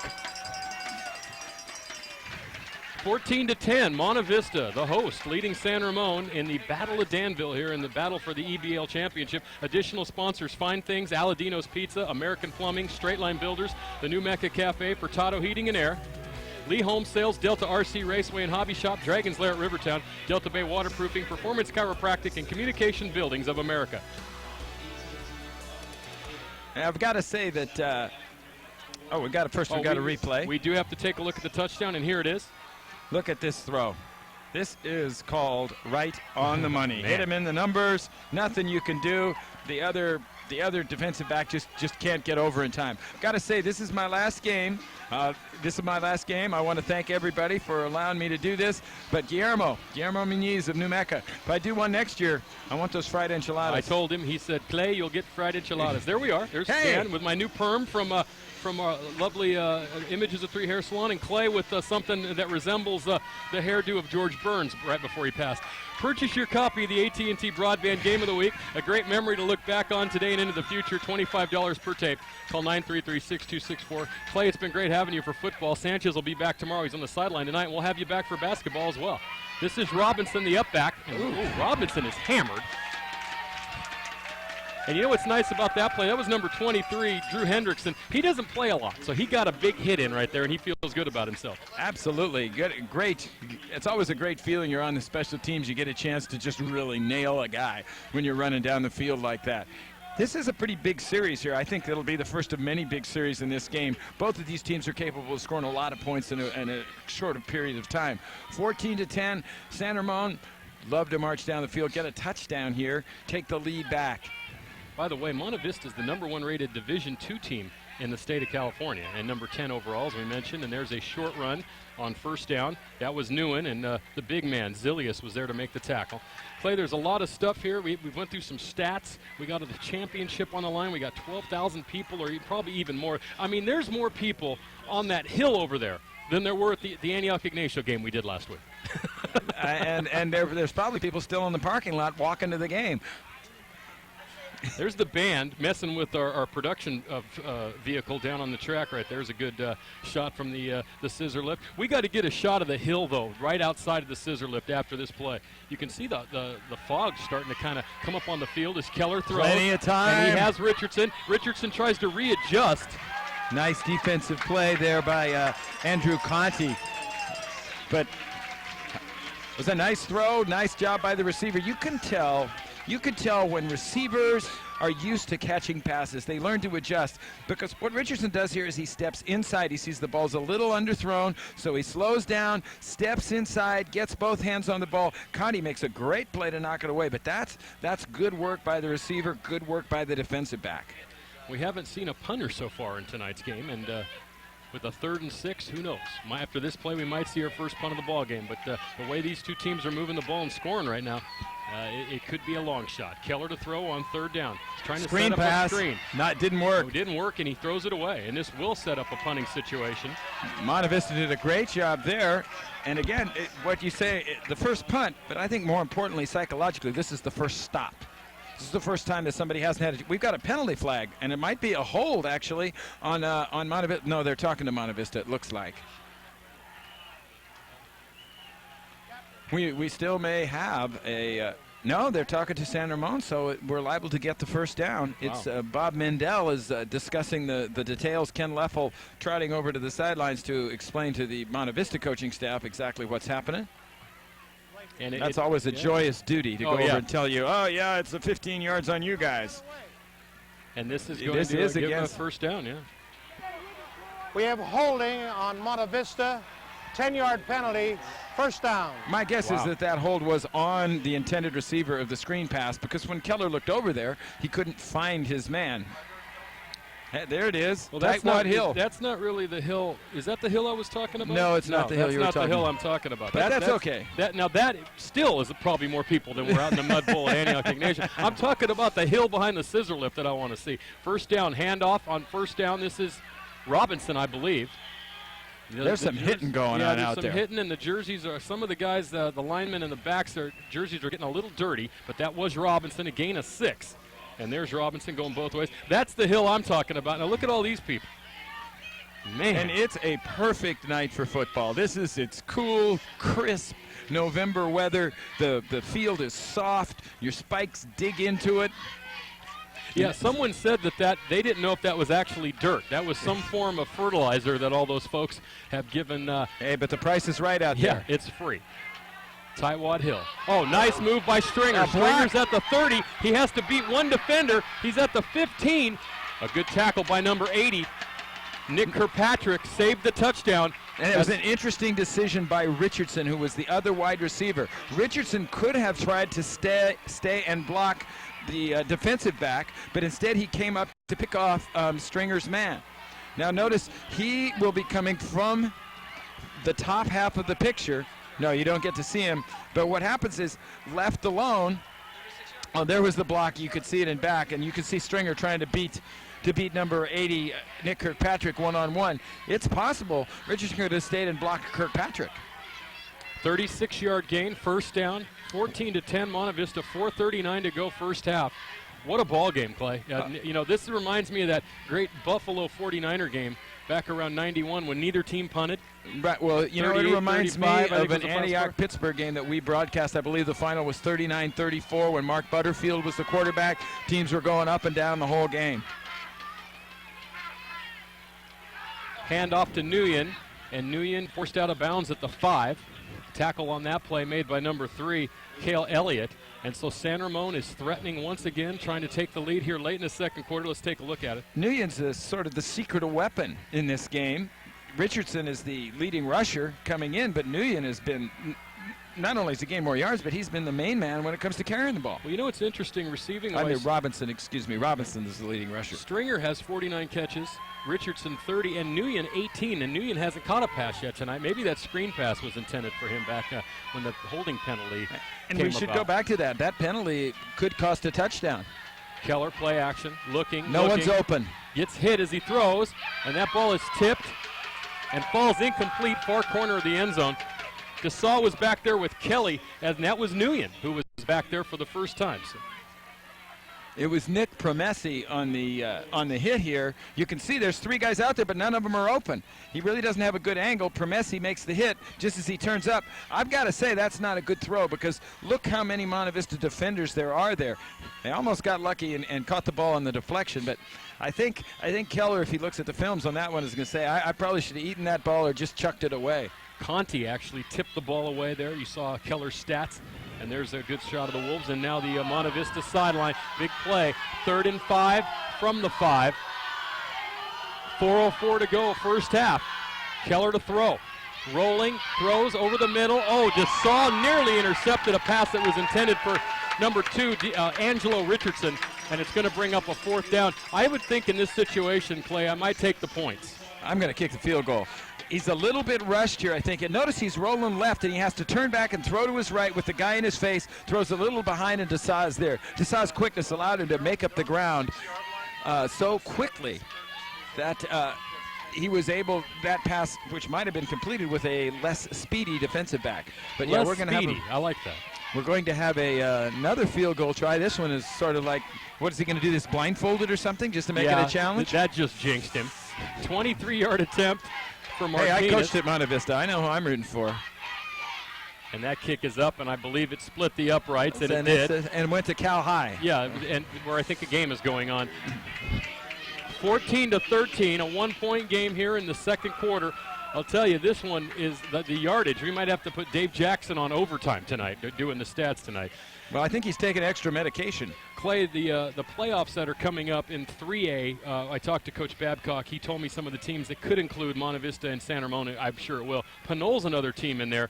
Bishop O'Dowd's always a favorite in that circumstance. Freedom is also in there with Alameda, Granada, and Irvington. So those are some of the teams you might see in that tournament that starts next week, and hopefully we'll have a game for it.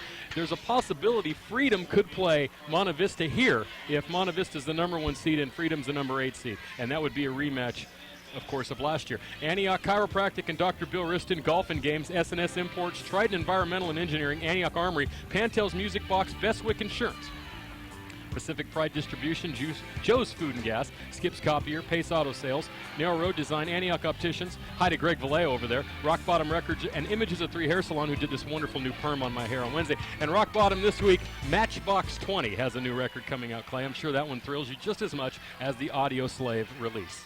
The Audio Slave, I like that. I wonder if Rick sells a lot of the Amy Mann's new album. That's a great album, by the way. You should check that one out. Up till Tuesday? Yes. Oh, you're surprised I knew that. I am surprised. And now somewhere we will see the Antioch-Pittsburgh game. We're staggering the times. Tomorrow on one side of the hill, on the other side of the hill, games on at 4, games on at 7. Check your local listings. But Antioch and Pittsburgh will be on this week, and this game as well. So we're doing double duty this week, great rivalry week. Last year we had Los Lomas and Miramani and Pittsburgh and Antioch, and this year, this game. And I'd have to say that after seeing this, we might have to do this game every year as well. This is just a wonderful game. Even when the teams it's just like the Big Little game, just as exciting. That's Ali at the goal line.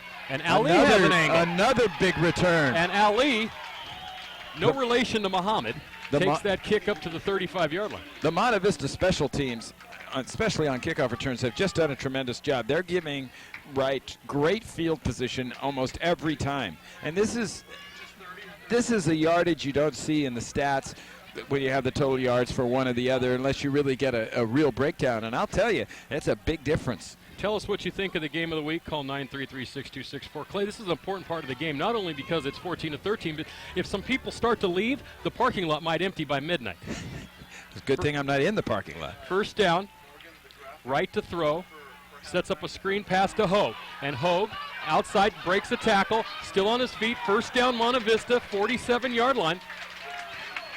Tackle made by number 22, Gary Smith, coming up from the safety position to make that tackle. This was a nice screen pass, Clay. Set up well. This is a very well-coached team. The line does a really nice job. They hold their blocks just long enough. A little chip block there, knowing Hogue has the speed to get by. Once again, Hogue goes over the tackler.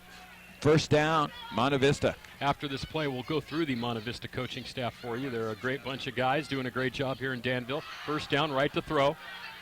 Monte Vista up by 1. Wright, great mobility as well as a great arm. Running now and dives ahead for a gain of 7.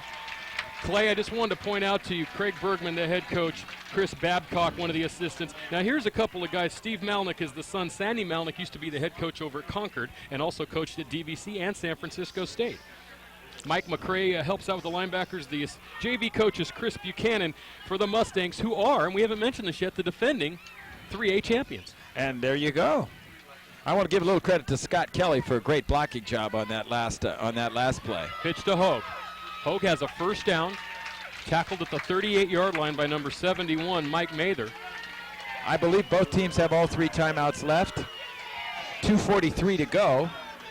Clock management starts to become a little bit of a factor. And here's an interesting score from earlier this season, Clay, as we talked about teams that Monte Vista might see in the playoffs. Pinole, they beat them 45-0 in week 2. So my guess is that these two teams could be back. A very, very good likelihood that these two teams could play again. Double reverse coming up. Flea flicker. Oh, they set it up, and now here's the pass to Schroeder. And Schroeder makes the catch. Schroeder still on his feet, ahead to the 3-yard line.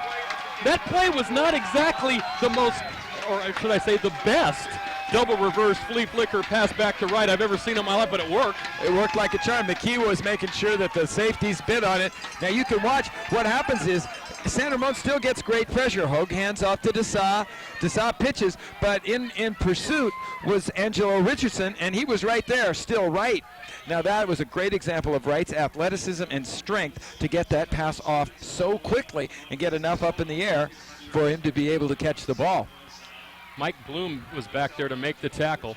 The ball's placed at the 3-yard line, 14-13, Monte Vista, 2:10, clock running, second quarter. Monte Vista trying to have the biggest lead that they've had of the night. Well, Turner was there. Right, touchdown. Well, I thought he had floated that pass a little too much. Looks like the tight end. It's DeSaw who makes the catch after Wright was rolling, found DeSaw, floated a little pass back there. It's 20-13. With the extra points, Monte Vista will be up by 8 here with 2 minutes to go in the first half. That's a big play, big sequence. But of course, they may have scored too quickly. 1:55 might be plenty of time for Sam Keller and the San Ramon Wolves to come down the field. Another thing I want to point out, though, that kickoff return, yet another kickoff return, it shortens the field, doesn't take as much time. You only get the ball at the 20. They would be on the 30-yard line now. Here's the extra high point snap. attempt. Connie. Still good. Clay, where'd that kick go to? Well, let's see. That didn't quite make it to Rudgear. Easy Street is just on this side of Rudgear. And that's where you grew up. I wish I grew up on Easy Street. 21-13. There's a nice look at the scoreboard. Here's another look at the touchdown. He was looking for Turner on the out, but it was covered well by Richardson. So he floats this pass. You could see the defensive backs close, but DeSaw just slides That wasn't in. DeSaw. That was Schroeder. Yeah. You know what happened? Now watch this. I think somewhere in here DeSaw takes the ball. Or he drops the ball, and it looks like DeSaw. Yeah, see right here, you would think DeSaw caught that ball. And it was Schroeder. Hey, I can only do so much, Callum, all right? That's exactly barely right, see Dan. from where we're sitting up here, and I have to look past 14 pieces of wood to see the end zone. There's the cheerleader. Yeah, now those are cheerleaders. Good work, Dan. Yes, thank you. Let's review the scoring here. It's with 7-0. Robinson had a 1-yard run for San Ramon. Monte Vista tied it up. Hogue a 3-yard run. The 50-yard field goal by Martinez made it 10-7. Monte Vista jumped back on top. Schroeder, a 31-yard pass from Wright. It was 14-13 after Martinez kicked a 23-yard field goal, and Schroeder just caught a 3-yard pass from Wright. 21-13. Dan, we've had games that we've done in the past where this was 2 weeks worth of action. Well, it's the whole season. We won't mention those teams. So they'll like us when they eventually get good and are on AT&T broadband. Here's the kick. Nice kick. It's going to be tough to get a long return out of this one. Oh, they're going to try they try a fake reverse, and I think they're going to get bottled up. Richardson just back to the 10-yard line. So that didn't work. They were waiting. They tried the fake to Nguyen. It didn't happen, and Richardson then tackled at the 10-yard line. So San Ramon has to go 90 yards in 1:48, but they could probably do it. They could probably do it, and I have a question for you. Okay. Teams use that squib kick where they don't kick the ball high. I don't have any idea why they do that. Well, now that one works really well, and a lot of times they do. And if you're doing that to screw up the return team, why not do it all the time? Well, if you're gonna make a habit of it. But we saw the Pittsburgh-Clayton Valley game where it failed miserably right before halftime. Fine Things, Aladino's Pizza, American Plumbing, Straight Line Builders, the New Mecca Cafe, Furtado Heating and Air. And we'll get to the rest of those sponsors after this play. First down, 1:48 to go. They're clearly going to try to score here. Keller throws to Stringer. And Stringer, I'm not going to say he was strung out that time, even though he was by Conti, out of bounds after a gain of 8. Here's the rest of those friends of the program. Lee Home Sales, Delta RC Raceway and Hobby Shop, Dragon's Lair at Rivertown, Delta Bay Waterproofing, Performance Chiropractic, and Communication Buildings of America. Clay, the Monte Vista folks here wanted me to mention, not only they turn out great students and great student athletes, but they also turn out wonderful models. Christy Turlington actually went to school here at Monte Vista, and they just wanted to pass that along while we're up here. This Monte Vista, as I said, I coached here for 6 years. It's a fine school and had a great tradition of athletics dating back to in football, a long time baseball. George Cockerton was the baseball coach here for years and years. Always a great baseball program. Second down, Keller rolling, throws, has a receiver. Knocked DeSaw away on defense. He's knocked away from Scotty Nielsen, incomplete. It's going to bring up a third down with 1:35 to go. Not only is there enough time for San Ramon, but if they can hold here, there might be enough time for Monte Vista to score another touchdown. Absolutely, and again, I believe Monte Vista has all 3 of its timeouts remaining. Let's take another look at this last play. Keller locked onto the receiver pretty much the whole way. A little pressure up the middle. He had to shift his feet. And you notice he had to drop his arm a little to throw the ball, so it wound up being a little behind Nielsen. Brings up a third down, and here we go. 3rd and 5. And the ball is on the ground. Robinson picks it up. He's going to be tackled behind the line of scrimmage. Monte Vista calls timeout with 1:27 left on, now 1:26 and the clock running. Actually, they let it, you know, That's our hometown. this can't be Monte Vista. The clock's still running. They were calling timeout at 1:28. Let's take a look at this. Just missed the snap. The ball's up in the air. Nice little hop, though. If they were calling a running play, and they were calling a running play, ball came right to him. But obviously made a difference, so it'll be 4th down. Those 5-6 seconds, they lost 6 seconds. We'll have to see if that comes back to be a factor. Next week, North Coast Section playoffs, first round, teams to be announced. Check your local listings for that great matchup. Could be 3A, 2A, 4A, could be De La Salle, who knows. We'll let you know next week in the Contra Costa time. But, yeah, that was a hometown clock here, and they lost 6 seconds because the timeout was signaled at 1:28. It finally was, the clock was stopped at 1:22. But even though you can see that Monte Vista has a deep back at about the 40, they could get the ball at midfield and still have a minute left, and probably I think they have a couple timeouts left. 3 timeouts left. Well, Or they 2 just called timeouts. one, right. So Andrew Conti is going to be deep here to receive. This is the first punt of the game. So they just ruined the Buffalo-San Francisco scenario. That's right. That's right. But I still like our Antioch-Pittsburgh 39-34 game. That was the greatest football game I ever saw played. That was when Steve Young threw for 490 and Jim Kelly it was incredible. They just went up and down. And great game. I didn't know Steve Young played for Antioch.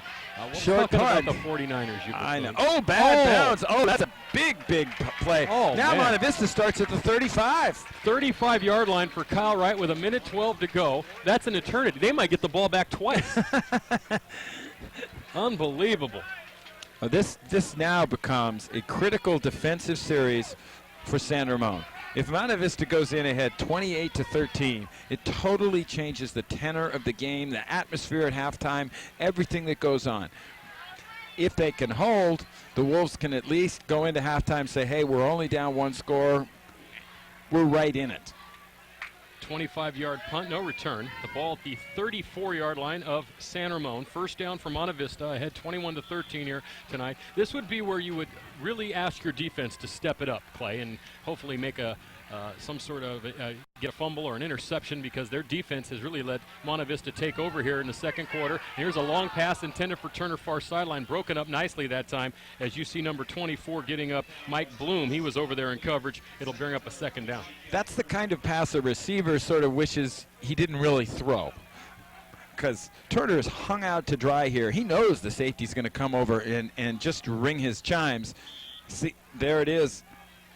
Yeah. Ba-boomba. That was Nice to meet you. Bloom and number 17, Scotty Nielsen, who've been very busy boys tonight in the backfield, trying to track down the Jackrabbits in the red and black. San Ramon in a cover 2 with 2 deep safeties at this point. They're not going to give up anything deep. They throw to the sideline. That time it's intended for DeSaw and incomplete. It's going to bring up a third down. That was one of the few bad throws Wright has made when he's had time. He had time to sit his feet, time to look. Maybe DeSaw misread the pattern, but that, I don't think so. The pass was out of bounds anyway. Nonetheless, 11-17, 188 yards, 2 scores. That's not too bad. You know, I think that was my entire career was 11 of, and that was in practice up at Park Junior High. Yes, and that was with no one guarding the defenders. Yeah, that was in pre-drills as the defenders are running laps. Third down, big play here, but they'll probably go for it on 4th down. 2 wide receivers near side. They got a little more room to work. Throws over the middle for Beastman. Oh, Beastman made a nice catch. You know, Clay, that catch was scary by Beastman. No, you know what it was? It was beauty in the Beastman. That was, and you know what? I love it because I love the tight end in high school football, and he was wide open. This is an NFL kind of reception by the tight end. You don't see a lot of high school tight ends go up and make that kind of a catch. That looked like Eric Johnson. In front of Yeager, who was in coverage. First down, 45 seconds to go, clock running, the ball at the 10-yard line. Monte Vista trying to go ahead by 2 scores here as we head to halftime.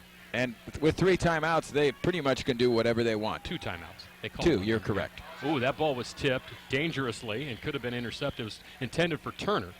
32 seconds to go. Should be 38 seconds to go, if that matters. That's true. And we will think about that as we head in. You could see Kyle Wright coming over, getting the call from the sidelines. Next year, he'll be getting that call to the University of Miami. Well, he might be standing on the sidelines with a clipboard. Well, that's true. For but a season, but they'll be ahead 60-0 in a couple of games, and he'll get in. But I'm sure, like as we said, this might be the first time that two guys play in a high school game that could become professional quarterbacks. Absolutely. In this area. I mean, that's unheard of. Right Blitz. to throw. Lofts one Hangs for it for Desaw. Desaw. Touchdown.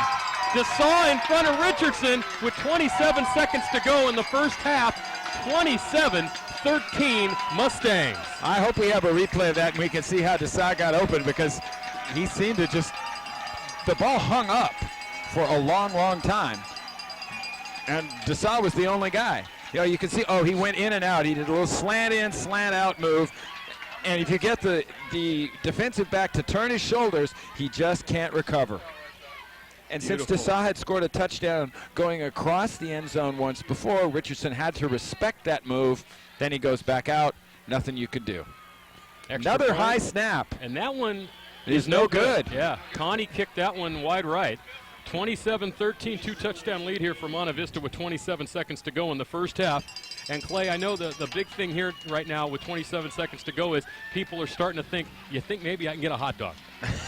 Well, yeah, no. But you needed to have been in line at the end of the first quarter. Well, you can see the line. It's either the line or the snack bar. It looks like, there's about 500 people standing in front of us. We see a nice shot of some of the folks here tonight, the little bundle up, that little bundle of joy. Right. Well, he's a happy guy. And he also paid full price for admission, I imagine. Now, what they do with San Ramon and Monte Vista is they split the gate every year. Wow. So no school has one big chunk in its budget next year and nothing the year after. However, Monte Vista gets to keep the concessions. And if you're hungry, forget it. Yeah. You'll be lucky, and there's the hill. There's some folks outside on the hill. There's people above the hill on that. There's the crowd. This is on the side. There's the Monte Vista. You want to talk about some beastmen? There they are. That's Ross Beastman's fan club right there. We've got some interesting stats that we were just showing. Kyle Wright is having just a wonderful game. A wonderful game. The Miami coaching staff, I'm sure they're watching our speed on satellite somewhere, getting ready for their big game tomorrow, right, Clay? Well, maybe. A little pooch kick. This is Richardson. And Richardson cuts outside, still on his feet. But that's a nice job. Yeah, he is. I'll tell you what, ever since that second touchdown, the third touchdown was the second as a matter of fact, Clay, they've scored 27 points in this quarter. Now that I think back, that is correct. That last play was just made it 7-0. It was the third touchdown, and since then it looks like a little steam has been out of San Ramon. Early on, as I had mentioned, they were dominating the line of scrimmage, but now Wright is having time to throw. Things are happening a little bit differently. Hogue, though he hasn't gained a lot of yards, they have to respect that. It's really made a big difference. The second half, it's going to be a very interesting adjustment from both teams. 18 seconds to go. Keller's going to have to get the Wolves on the board quickly in the second half if they're going to have a shot in this game. Handoff. And that's going to be put. No, the timeout. Timeout. Now, if you're going to try to score, why would you run off tackle and then call a timeout? You know what? They were watching the LSU game. Oh, there you go. Now they're going to spill the Gatorade on the coach. Gatorade on Kravitz, and they're going to throw a 75-yard triple tip Hail Mary right now is what's going to happen. I don't know. That is an interesting call, but they burn a timeout with 11 seconds to go on the clock. 27-13, Monte Vista, our game of the week. Next week, as we mentioned, North Coast Section playoffs, Clay, and you'll be back. Now, you want to tell everyone, here's our graphic for that, where you're going to start next week. Your new job over at Bentley School. The Bentley Phoenix. I'm the new girls basketball coach. We actually started practice this week, and I'm going to confidently go out on a limb and predict we will win more games this year than we won last year. That's because they didn't win a game last year. No, they won one game last year, but I feel we can win two. Am I going to be going over for a Legends segment? I scheduled 2 junior highs. I feel really confident that we're going to take them. Purchase your copy of the AT&T Broadband Game of the Week. A great memory to look back on today and in the future. Call 933-6264. While we have an opportunity with this timeout, the 3rd annual West Coast Jamboree. Clay, you want to talk about that? Yes, I do. Speaking of girls basketball, by the way, I want to say the Bentley girls are great kids, and they're going to be fine. December 26th, 27th, to 28th, the most prestigious girls basketball tournament in Northern California. It's going to be at Clayton Valley, Ignacio Valley, Carondelet, Freedom, and Deer Valley. Don't miss it, as they say. Don't miss it. Hand off to Robinson, and Robinson runs You right call into timeout for that? right into Zilius. Yeah, that is a strange call. You call timeout for that? And that's going to do it. 2 running plays, and the time runs out on San Ramon here in the first half. 27-13 Monte Vista. What has San Ramon got to do to get back in this ballgame, Clay Callum? They have got to regain control of the line of scrimmage. They've got to do a better job of covering Desaw, and most important, they have to have better kickoff coverage. 27-13 at halftime. We'll be back to bring you to the third quarter after this on AT&T Broadband. Tonight's AT&T Broadband Game of the Week is made possible by a generous donation from A&D Creative Trophies. They specialize in awards, Letterman jackets, embroidery, and team trophies. Located on West 6th Street in Antioch.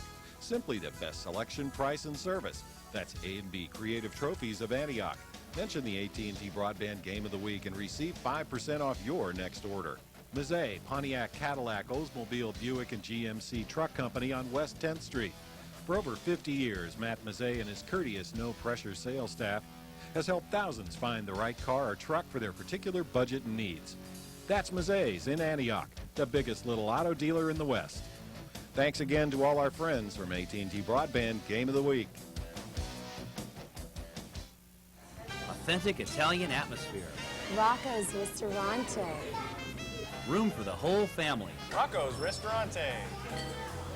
Pizza, beer, sports. Rocco's! Great place for your next team party. Rocco's. The best pizza in the East Bay. Rocco's. Your table is always ready at Rocco's Ristorante and Pizzeria at the corner of Oak Grove and Ignacio in Walnut Creek. Hi, Frankie. It's Christy. Do you want to come over for a swim? Wow, I'll be right over. What are you doing, Christy? Oh, hi, Frankie. My oil's really dirty. Will you change it for me? I thought we were going swimming, though. I guess so. Dee, thanks. All the stuff's in the garage, but don't make a mess, otherwise my dad will get mad.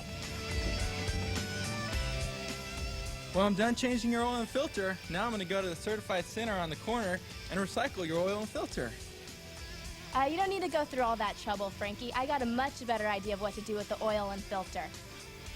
My city has curbside oil and filter recycling. Just seal it up tight and put it on the curb with the other recyclables.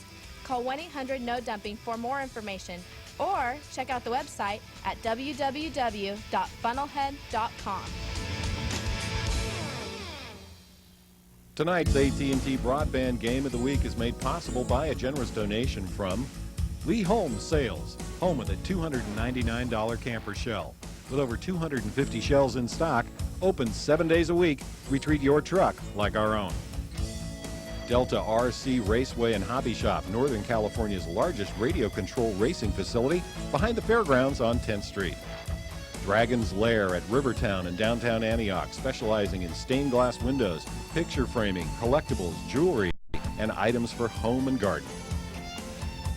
Delta Bay Waterproofing, a specialty contractor that specializes in caulking, waterproofing, and coatings throughout the greater Bay Area. Performance Chiropractic and Rehabilitation Center in Concord, Clayton Valley Sports Injury Specialist. Auto Industrial and General Injury Care on Treat Boulevard in Concord. Communication Buildings of America, local manufacturers of portable communication shelters, general contractors, metal fabrications, and custom fiberglass in downtown Antioch. Thanks again to all our friends from the AT&T Broadband Game of the Week.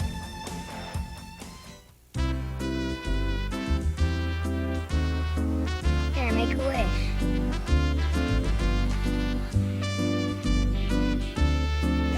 He loves me. Will you marry me?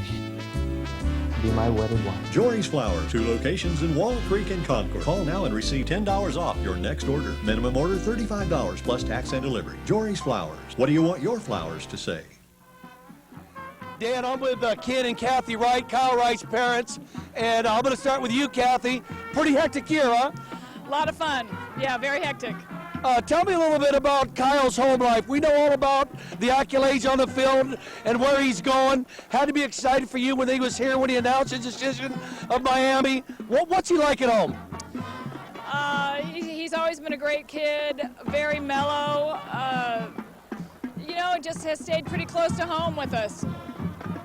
And let me go to Mr. Wright here. Mr. Wright, obviously you got to be proud of your son, but I've talked to Kyle, and I think he has a lot of integrity. And I think that, you know, nowadays and age, it's nice to have a son who's going to Miami and getting all this attention, but obviously you got to be happy as his progress as a person also. Yeah, I am, Steve. Thanks. I appreciate that. That's probably the most important thing and the funnest part of it for my wife and I as parents is he's handled all this just excellent, and he's just a great kid. We've had a lot of fun, and we're really, I mean, we can't be more proud of him. You know, I have a son, he's getting ready to start high school sports, pretty good athlete, and the way I look at it, you know, folks, nowadays it really don't matter how much your kid plays, what happens to him. What's really important is integrity, honesty, learning about compassionship, being compassionate towards people, and just trying to make productive members of society of our kids. And you guys have done a great job with yours. We congratulate you, and we will be keeping an eye on your son in the future, and it's been great to follow him, so thanks for your time. Thank you. Okay, you bet. Thank you. Back to you, Dan. Thanks. You bet. You know, the only guy that I know is more long-winded than Steve. Yes? I can't think of him. I had him on the tip of my, but he's the most long-winded. Joel's more long-winded than Steve. Dick Vitale. Dick Vitale might be a little bit more long-winded than Steve. Okay, 27-13 at halftime. Dan and Clay back in the booth, and let's take a look at the highlights of the first half of action, and there was plenty of it, Clay. 40 points in the first half. This is that run by Newen that got them into position to score their first touchdown. And the waters parted for him here. He just went outside, put on the Jets, and got down the sideline to set up the touchdown. San Ramon's only touchdown. Really looked like maybe Nguyen and the Wolves were really going to get something going here, but after this, their offense sort of stalled. I think we're going to probably get the famed 1 yard. Yes, the Robinson 1 yard run. Yep, the 1 yard touchdown highlight. But again, a nice little spin by Robinson, though. That's worth looking at. That's all you young running backs out there. That's a nice little move. There's the cheerleaders. You wanted to see all the cheerleaders out there right now. That's an army of cheerleaders. 7-0 San Ramon. Here's Wright hanging it up, post and corner. Cale Turner laying it out. Beautiful. Just wonderful. Great catch. And that set up this run by Tom Hogue that tied the game early in the second quarter. Another short touchdown, but again, watch the cutback. Watch him read this play, read the holes. Gets a nice block from Scott Kelly. Dips into the end zone, touchdown. And then San Ramon was doing very nicely, moving the ball, and then Paul Martinez, a 50-yard field goal. Look at this. Now watch, you talk about dead center. This just came up just a little bit to the right of dead center. Yeah, this one was really rocketed. I talked about the 59-yard field goal with Tim Wise kicked here. Well, one reason he did is there was a 45-mile-an-hour wind at his back. And there's no wind here tonight, as you can tell as you look out there and see the fog. Here's Schroeder, a 31-yard pass. Boomba. From right, and a touchdown. This is why he's a Division I quarterback. This is why he might play professional football, is because he can make that pass. 14-10 at that point. We're going to skip the 23-yard field goal by Martinez. This is the little flea. Look how quickly Wright's got the ball. Here comes Richardson, I'm sorry. Richardson. And he still gets rid of the ball. Schroeder does a nice job of screening off the defensive back. Again, an example, if you catch a lot of passes, if you're constantly catching passes, you know how to do that. A team that throws the ball 7-8 times a game, or like Ignacio Valley 7-8 times a season, they're not going to make that play. Here's another little look to Dessau. And this is actually, I believe, the touchdown to Schroeder. Schroeder, that's right. That's right. Yeah, that's Schroeder, because Dessau came in and ruined our view of the whole thing. That's Darn it. you, Joe. It's all your fault. And now Joe Dessau gets into the Sam Dessau. I'm sorry, Sam Dessau. He's hurting us. He's killing me right now. Yeah, I have to get a drink of water. Yeah, he's not playing. He's not going to be player of the game because we can't pronounce his name. There's Dessau. Thank you. Here's there are the Monte Vista cheerleaders, and we've got a special prize for anybody who can tell us how many there are. It's like a jelly bean contest. Here's the stats. San Ramon with 200 yards of total offense, but surprisingly 115 rushing, and they're a passing team predominantly. 257. Kyle Wright has 212 himself. Only one turnover, the San Ramon interception in the first quarter. Well, see the return yards too. That's really helped Monte Vista. you look at the yardage 257 to 200 and you think, well, okay, that's not really a 27 to 13 margin. But then you add in the 70 yards difference on the returns, and now all of a sudden you're looking at 120 yards difference in total offense between the two teams. You throw in the turnover, and now that sort of explains that 2-touchdown margin. By the way, we were just told in the truck the number of Monte Vista cheerleaders. Think Raiderettes. 27 to 13 at halftime. Quickly, some individual stats. Hogue, 41 yards rushing. Kyle Wright, 12 and 19 for 212 and 3 touchdowns. Turner's caught 2 passes for 26 yards. DeSaw, 3 for 37 and a touchdown. And Schroeder, the player of the game in the first half for Monte Vista, 3 for 53 and 2 touchdowns. Newen has 56 yards rushing for San Ramon. Robinson has 59 yards rushing and a touchdown. Keller is only 5 of 10 for 85 yards. He's thrown 1 pass to Richardson for 23 and 4 to Stringer for 62. 27-13 Monte Vista at halftime. We'll be back with the third quarter after this on AT&T Broadband. Tonight's AT&T Broadband Game of the Week is made possible by a generous donation from Brendan Theaters of Concord and Pittsburgh, featuring 14 screens of movie magic. All theaters have Lucasfilm THX digital sound systems and stadium-style seating. Catch the back-to-school movie special at their Pittsburgh location with rolled-back admission prices and a free concession coupon each week on the Brendan Pittsburgh website page. And RSC Rental Service Corporation in Martinez. RSC offers a wide variety of equipment specific to the petrochemical industry, as well as the general contractor and homeowner. We deliver straight to the site and have a fully trained staff of mechanics and office personnel to fit every need. That's Rental Service Corporation, 4030 Pacheco Boulevard in Martinez. Thanks again to all our friends from the AT&T Broadband Game of the Week.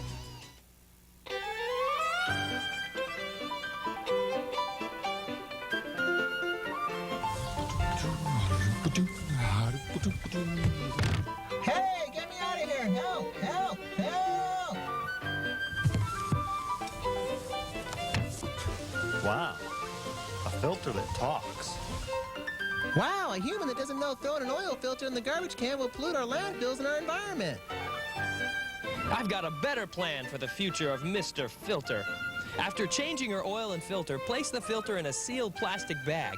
Make sure it doesn't leak, and take it to a certified used oil and filter collection center.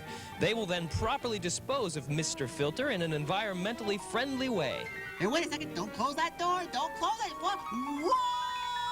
Recycle your used oil filters for a cleaner future. For more information, call 1-800-NO-DUMPING or check out my website at www.funnelhead.com.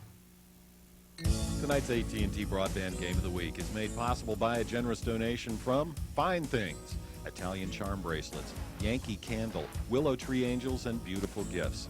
Wonderful cards in downtown Antioch. Aladino's Pizza, located on Sunset Drive, right off the Hillcrest exit. Aladino's Pizza has big screen satellite TV for all the big sporting events. Antioch's finest pizzeria. American Plumbing, your plumbing specialist on G Street in downtown Antioch. Sales, repairs, and emergency service. That's American Plumbing, serving East and Central Contra Costa County. Straight Line Builders, specializing in room additions, add-ons, and fencing. Let Jim Carey, a licensed general contractor, do the job right the first time. The new Mecca Cafe on Railroad Avenue in downtown Pittsburgh, serving Contra Costa and beyond for over 30 years. Eat in or order to go. Guillermo and his crew cook with pride. Furtado Heating and Air, sheet metal fabrication for your residential, commercial, and industrial needs on West 10th Street in Antioch. Thanks again to all our friends from the AT&T Broadband Game of the Week. Look at her, man. You're right. You don't stand a chance. I'll be right back. Jory's Flowers, 24-hour phone service, 7 days a week. Call 1-888-400-ROSE. These are gorgeous.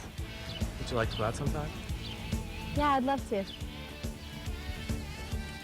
Hi, can I get those right over there? Yeah, those are there. Jory's Flowers, what do you want your flowers to say?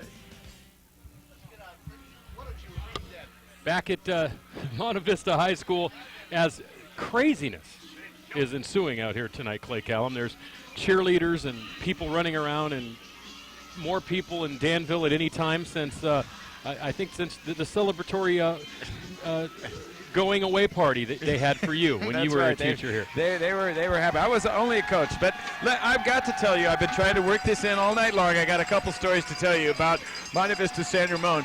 There's a coach named Michael Leary who when Monte Vista first came into Providence, they were playing San Ramon at San Ramon, and they wanted to make a dramatic entrance. It was a game just like this one for first place. Thousands of people down at San Ramon High School, and he was in the reserves. So he got some flares and M40s, blew out the M40s, set off these red flares, and guys came running through. The Monte Vista players entered through the red smoke. It was like an eerie thing out of an action movie. Well, and speaking of entrances, and eerie things. And eerie things, Craig Bergman is with Steve Sanchez. Yeah, I'm with Coach Bergman of the Monte Vista Mustangs. And Coach, give me your assessment of the first half. Well, we played pretty well offensively. I thought we got off to a pretty good start, put a few scores up on the board. It's 2 halves of football. There's such a quick scoring team. No lead is safe. We got to come out and keep playing the football we've been doing and keep executing offensively and make sure we tackle and play sound fundamental defense. I was going to ask you what you told the kids at half, but basically that was probably what you told them, right? Yeah, it is. It's 2 halves of football, like I said before, and with the weapons that they have, you can't afford to let up. You got to play every play like it's the last play of the game. Because they can score on one play. They got 2 receivers that are great. They got 2 running backs and then the tight end that's fantastic. And, of course, they have Sam Keller back there, so they got a lot of weapons. Coach, on behalf of AT&T Broadband, you guys have been very good to us over here. We want to thank you for your hospitality, and good luck to you in the playoffs. Oh, thank you. On behalf of San Ramon and Monte Vista, we appreciate you guys coming out and covering our game. Thanks, Coach. Thank you. So and there's the cheerleaders, and there's the arm, and then what is this? No. You know what? That's a contrast. That's a contrast in styles right there. I'll tell you what that is. Now right I there. got to finish my. Go ahead. M40s and flares. Okay, so the next year it's up here, and O'Leary decides I got. Okay, Dan. Hold on, Steve. If I was going to get paid, I don't want no money no more. I'm gonna forfeit all that because I'm all around these pretty young ladies. And how many are there? Do you guys know? Okay. Is there any Barbaras? Betty's. Betty? Sally? Brittany? Tara? Cassie? Okay. What are your guys' names?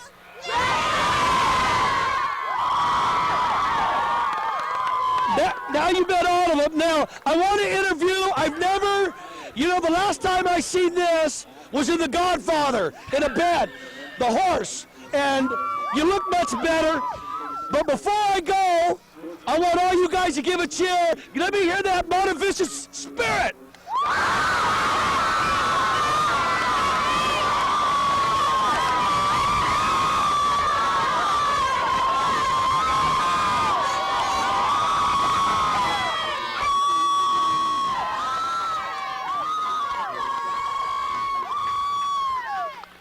Clay, tonight's trivia question is, what's worse, Sanchez as a color guy or Sanchez as a sideline reporter?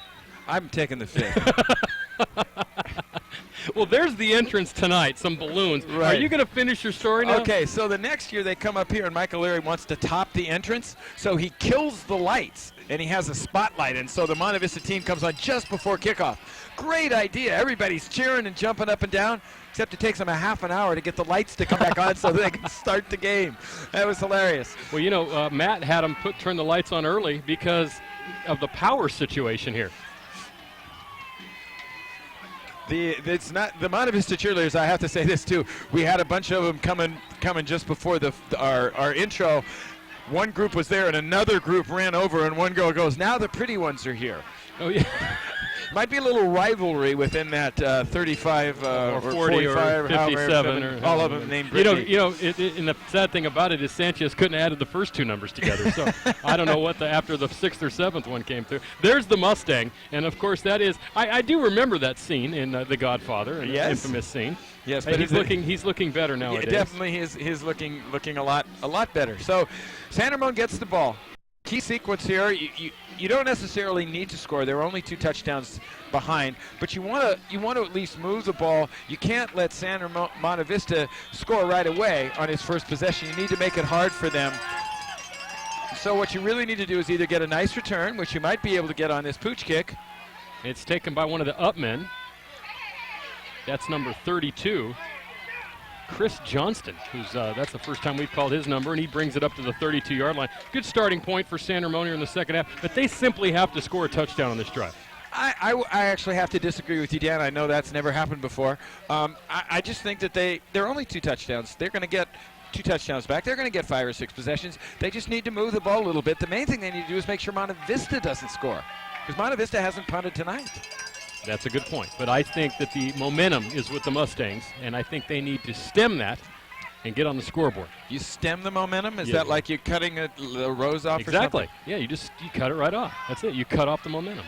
And there's a pass down the far sideline. Nice defensive play by Conti. Yeah, it was intended for Richardson. It was incomplete. Conti's done a nice job here. You'll see that little play action to freeze the linebackers, make sure the safety doesn't get over. Good pressure by Monte Vista. Perfect throw. But Conti gets up, knocks the ball away. Richardson, 30 catches for 531, 7 touchdowns, averaging 17.7 over the season on those 30 catches, but he's been kind of shut down tonight, as most of the Wolves have. They only had the one real scoring drive where they scored a touchdown. The other 2 drives ended in field goals, and that's why it's 27-13. And that was a one-play drive, and it was a run. Quick out. Yeah, quick out to Stringer. And Stringer, once again, nice gain.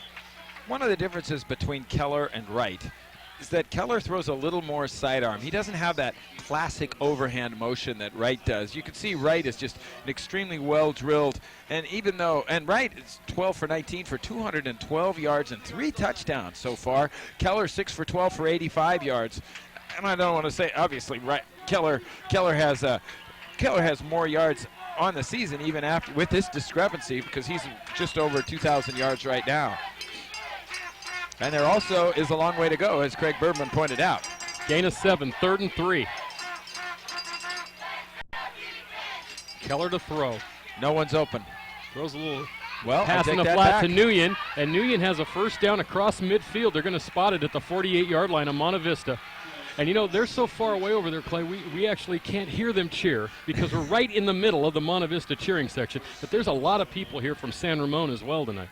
Nick Kirkpatrick was on the coverage, and they had Nguyen, who has shown some really good speed tonight, isolated on a linebacker. And when I said that no one was open, that's because Kirkpatrick and Nguyen were side by side, but then Nguyen put on the jets and got the first down. A big first down for San Ramon. They need to move the ball a few series here, a few plays here. First down of the third quarter for the Wolves, down by 14, but driving here. Keller, it looked like that might have been motion. They didn't call it. Throws a little slant pattern inside to Stringer, and Stringer is knocked down by Kirkpatrick at the 44-yard line. Now that's a good call by Tony Gazletta. He was the side judge on that play, and no advantage was gained. The receiver moved a little bit. I mean, if you wanted to be really technical and really picky, you couldn't call that. But Tony's been around a long time, and nobody picked up an advantage. Why disrupt? Why penalize San Ramon when nothing really happened? He's been around longer than you, which is he's actually been around longer than Jackson. So that's a scary thought right there. Really, but he's still out there. Does basketball too. 2nd and 6. Nguyen has a lane. Same play that they scored, set up that first touchdown on. Other side, and he has a first down, tackled near the 30-yard line by by Conti this time. You can see Nguyen is he's the leading rusher for the Wolves tonight, and he's having a great game. He's carried more than one time, though. I do think there should be a bill introduced into Congress, though, that this name needs to be pronounced one way, because there's Nugent, there's Nguyen, and there's Win. I mean, it's not. I guess I could change my name to Whoa. Right. Wow. Wow. Dan Wow. Dan Wow. Here we go, though. First Clay, down. Clay, you are Clay Callum. Kalam. There you go. They're going to try fake reverse it a pass, and the guy is wide open. He should have caught that ball. I don't know what happened. I think he took his eye off the ball to try and pick up where the defender was, and as a result, Brody Stringer just overran it. Can I do color since you do play-by-play? Yeah. Okay, now watch this. This is a great play. It started out, and Richardson has a wide-open receiver downfield at Stringer, and Stringer strung that play out, but he didn't make the catch. Good coverage by Tim Ray. That's very good, Dan. Of course, that's how we started. That's true. You used to be the play-by-play guy, and I was the color guy. I still remember one of the great storylines was James Stallworth. He played offense, he played defense for Pittsburgh in our first Big Little game, and I said, Clay, I seen him drive the bus in. He thought that was a nice line. Oh, he's got a receiver wide open. That's Nguyen, I believe. It's Nguyen, touchdown, San Ramon. I told you they had to score. But you said they had to score. I said they just had to get a few first downs, and we were both right. 27-19. All of a sudden, Craig Bergman's prediction is true. It's two halves. And you look at the Monte Vista sideline, and the Monte Vista stands in front of us. It's a very quiet area. Well, anyone knows. I mean, these are two of the top teams, both rated in the Contra Costa Times poll, both rated in the Chronicle poll, both rated in state polls. It's a big game for both these teams, even though a loss is not the end of anyone's year, but it's just the idea. You want to win this game. You want to win any game you play. Well, and it's the rivalry. You just can't overestimate how much this rivalry means to both of these teams. Martinez kicks the extra point, 27-20. Let's take another look at the touchdown. This was a beautiful play. Just got the Nguyen coming, actually just released. He was in the slot, straight down the field. I'm curious to see who's on coverage. Looks again, it's Kirkpatrick. They're trying to cover him. You know what? That wasn't Nguyen. That was. Now, this is something I want to point out. Not only that's Scotty Nielsen. It's hard to read the numbers. I have not been whining. It is very difficult to see the numbers. It's kind of hazy. We're far away. We can't even see that corner of the field, Callum, from where we're at. And obviously we could use a spotter, but no one wants to. But I thought it was Nguyen too, every night because something's hanging off of Nguyen's jersey as well. So those are the kind of things you try to incorporate into the call. You can't cover a guy like Nielsen, a guy like Nguyen, with a linebacker. Absolutely. And that's what's killed him. Gave up a first down, gave up a touchdown. What that really is, it's a nice scheme, it's a nice formation by the San Ramon coaches to create that mismatch. Same pair back, I believe. Yep. Desaw and Ali are deep. They're stacked, so that if you look at it San Ramon can't tell which side Desaw is going to go to, so they can't kick to the proper side to avoid Desaw as they would like to do. By the way, Clay, the San Ramon Valley cheerleaders have quite a contingent as well. Little pooch kick. This is Beastman. Beastman fumbles. The ball's on the ground. I think Monte Vista has it at the 32-yard line, but that could have been a disaster for Monte Vista. That's still pretty good field position, and if Beastman catches the ball, he's probably going to get 8 yards, and they're going to start on the 40. The AT&T Broadband Game of the Week is brought to you by great friends of the program here on AT&T Broadband, and they include Rocco's Ristorante and Pizza in Walnut Creek, voted the best pizza by readers of the Contra Costa Times. Brennan Theaters of Concord and Pittsburgh. James Bond next week. Jory's Flowers of Concord and Walnut Creek, and the Contra Costa Clean Water Program and Mr. Funnelhead. It's free, easy, and cool to recycle used oil and filters. You know that, Clay. I certainly do that. Don Freitas, he taught me well. 3 wide receivers in the game. Play. First down, handoff to Hogue. Hogue corralled behind the line of scrimmage, and he's going to be lucky to get back to the line of scrimmage. Nice penetration. Nice penetration by Jay Moritz. Now, I know you're going to want to do this if your kids are playing out here tonight. This is a great opportunity to purchase the copy of the AT&T Broadband Game of the Week. A great memory to look back on today and into the future. $25 per tape. Call 933-6264. By the way, Matt, we haven't seen it. Who's on CC Rock this week? Okay, this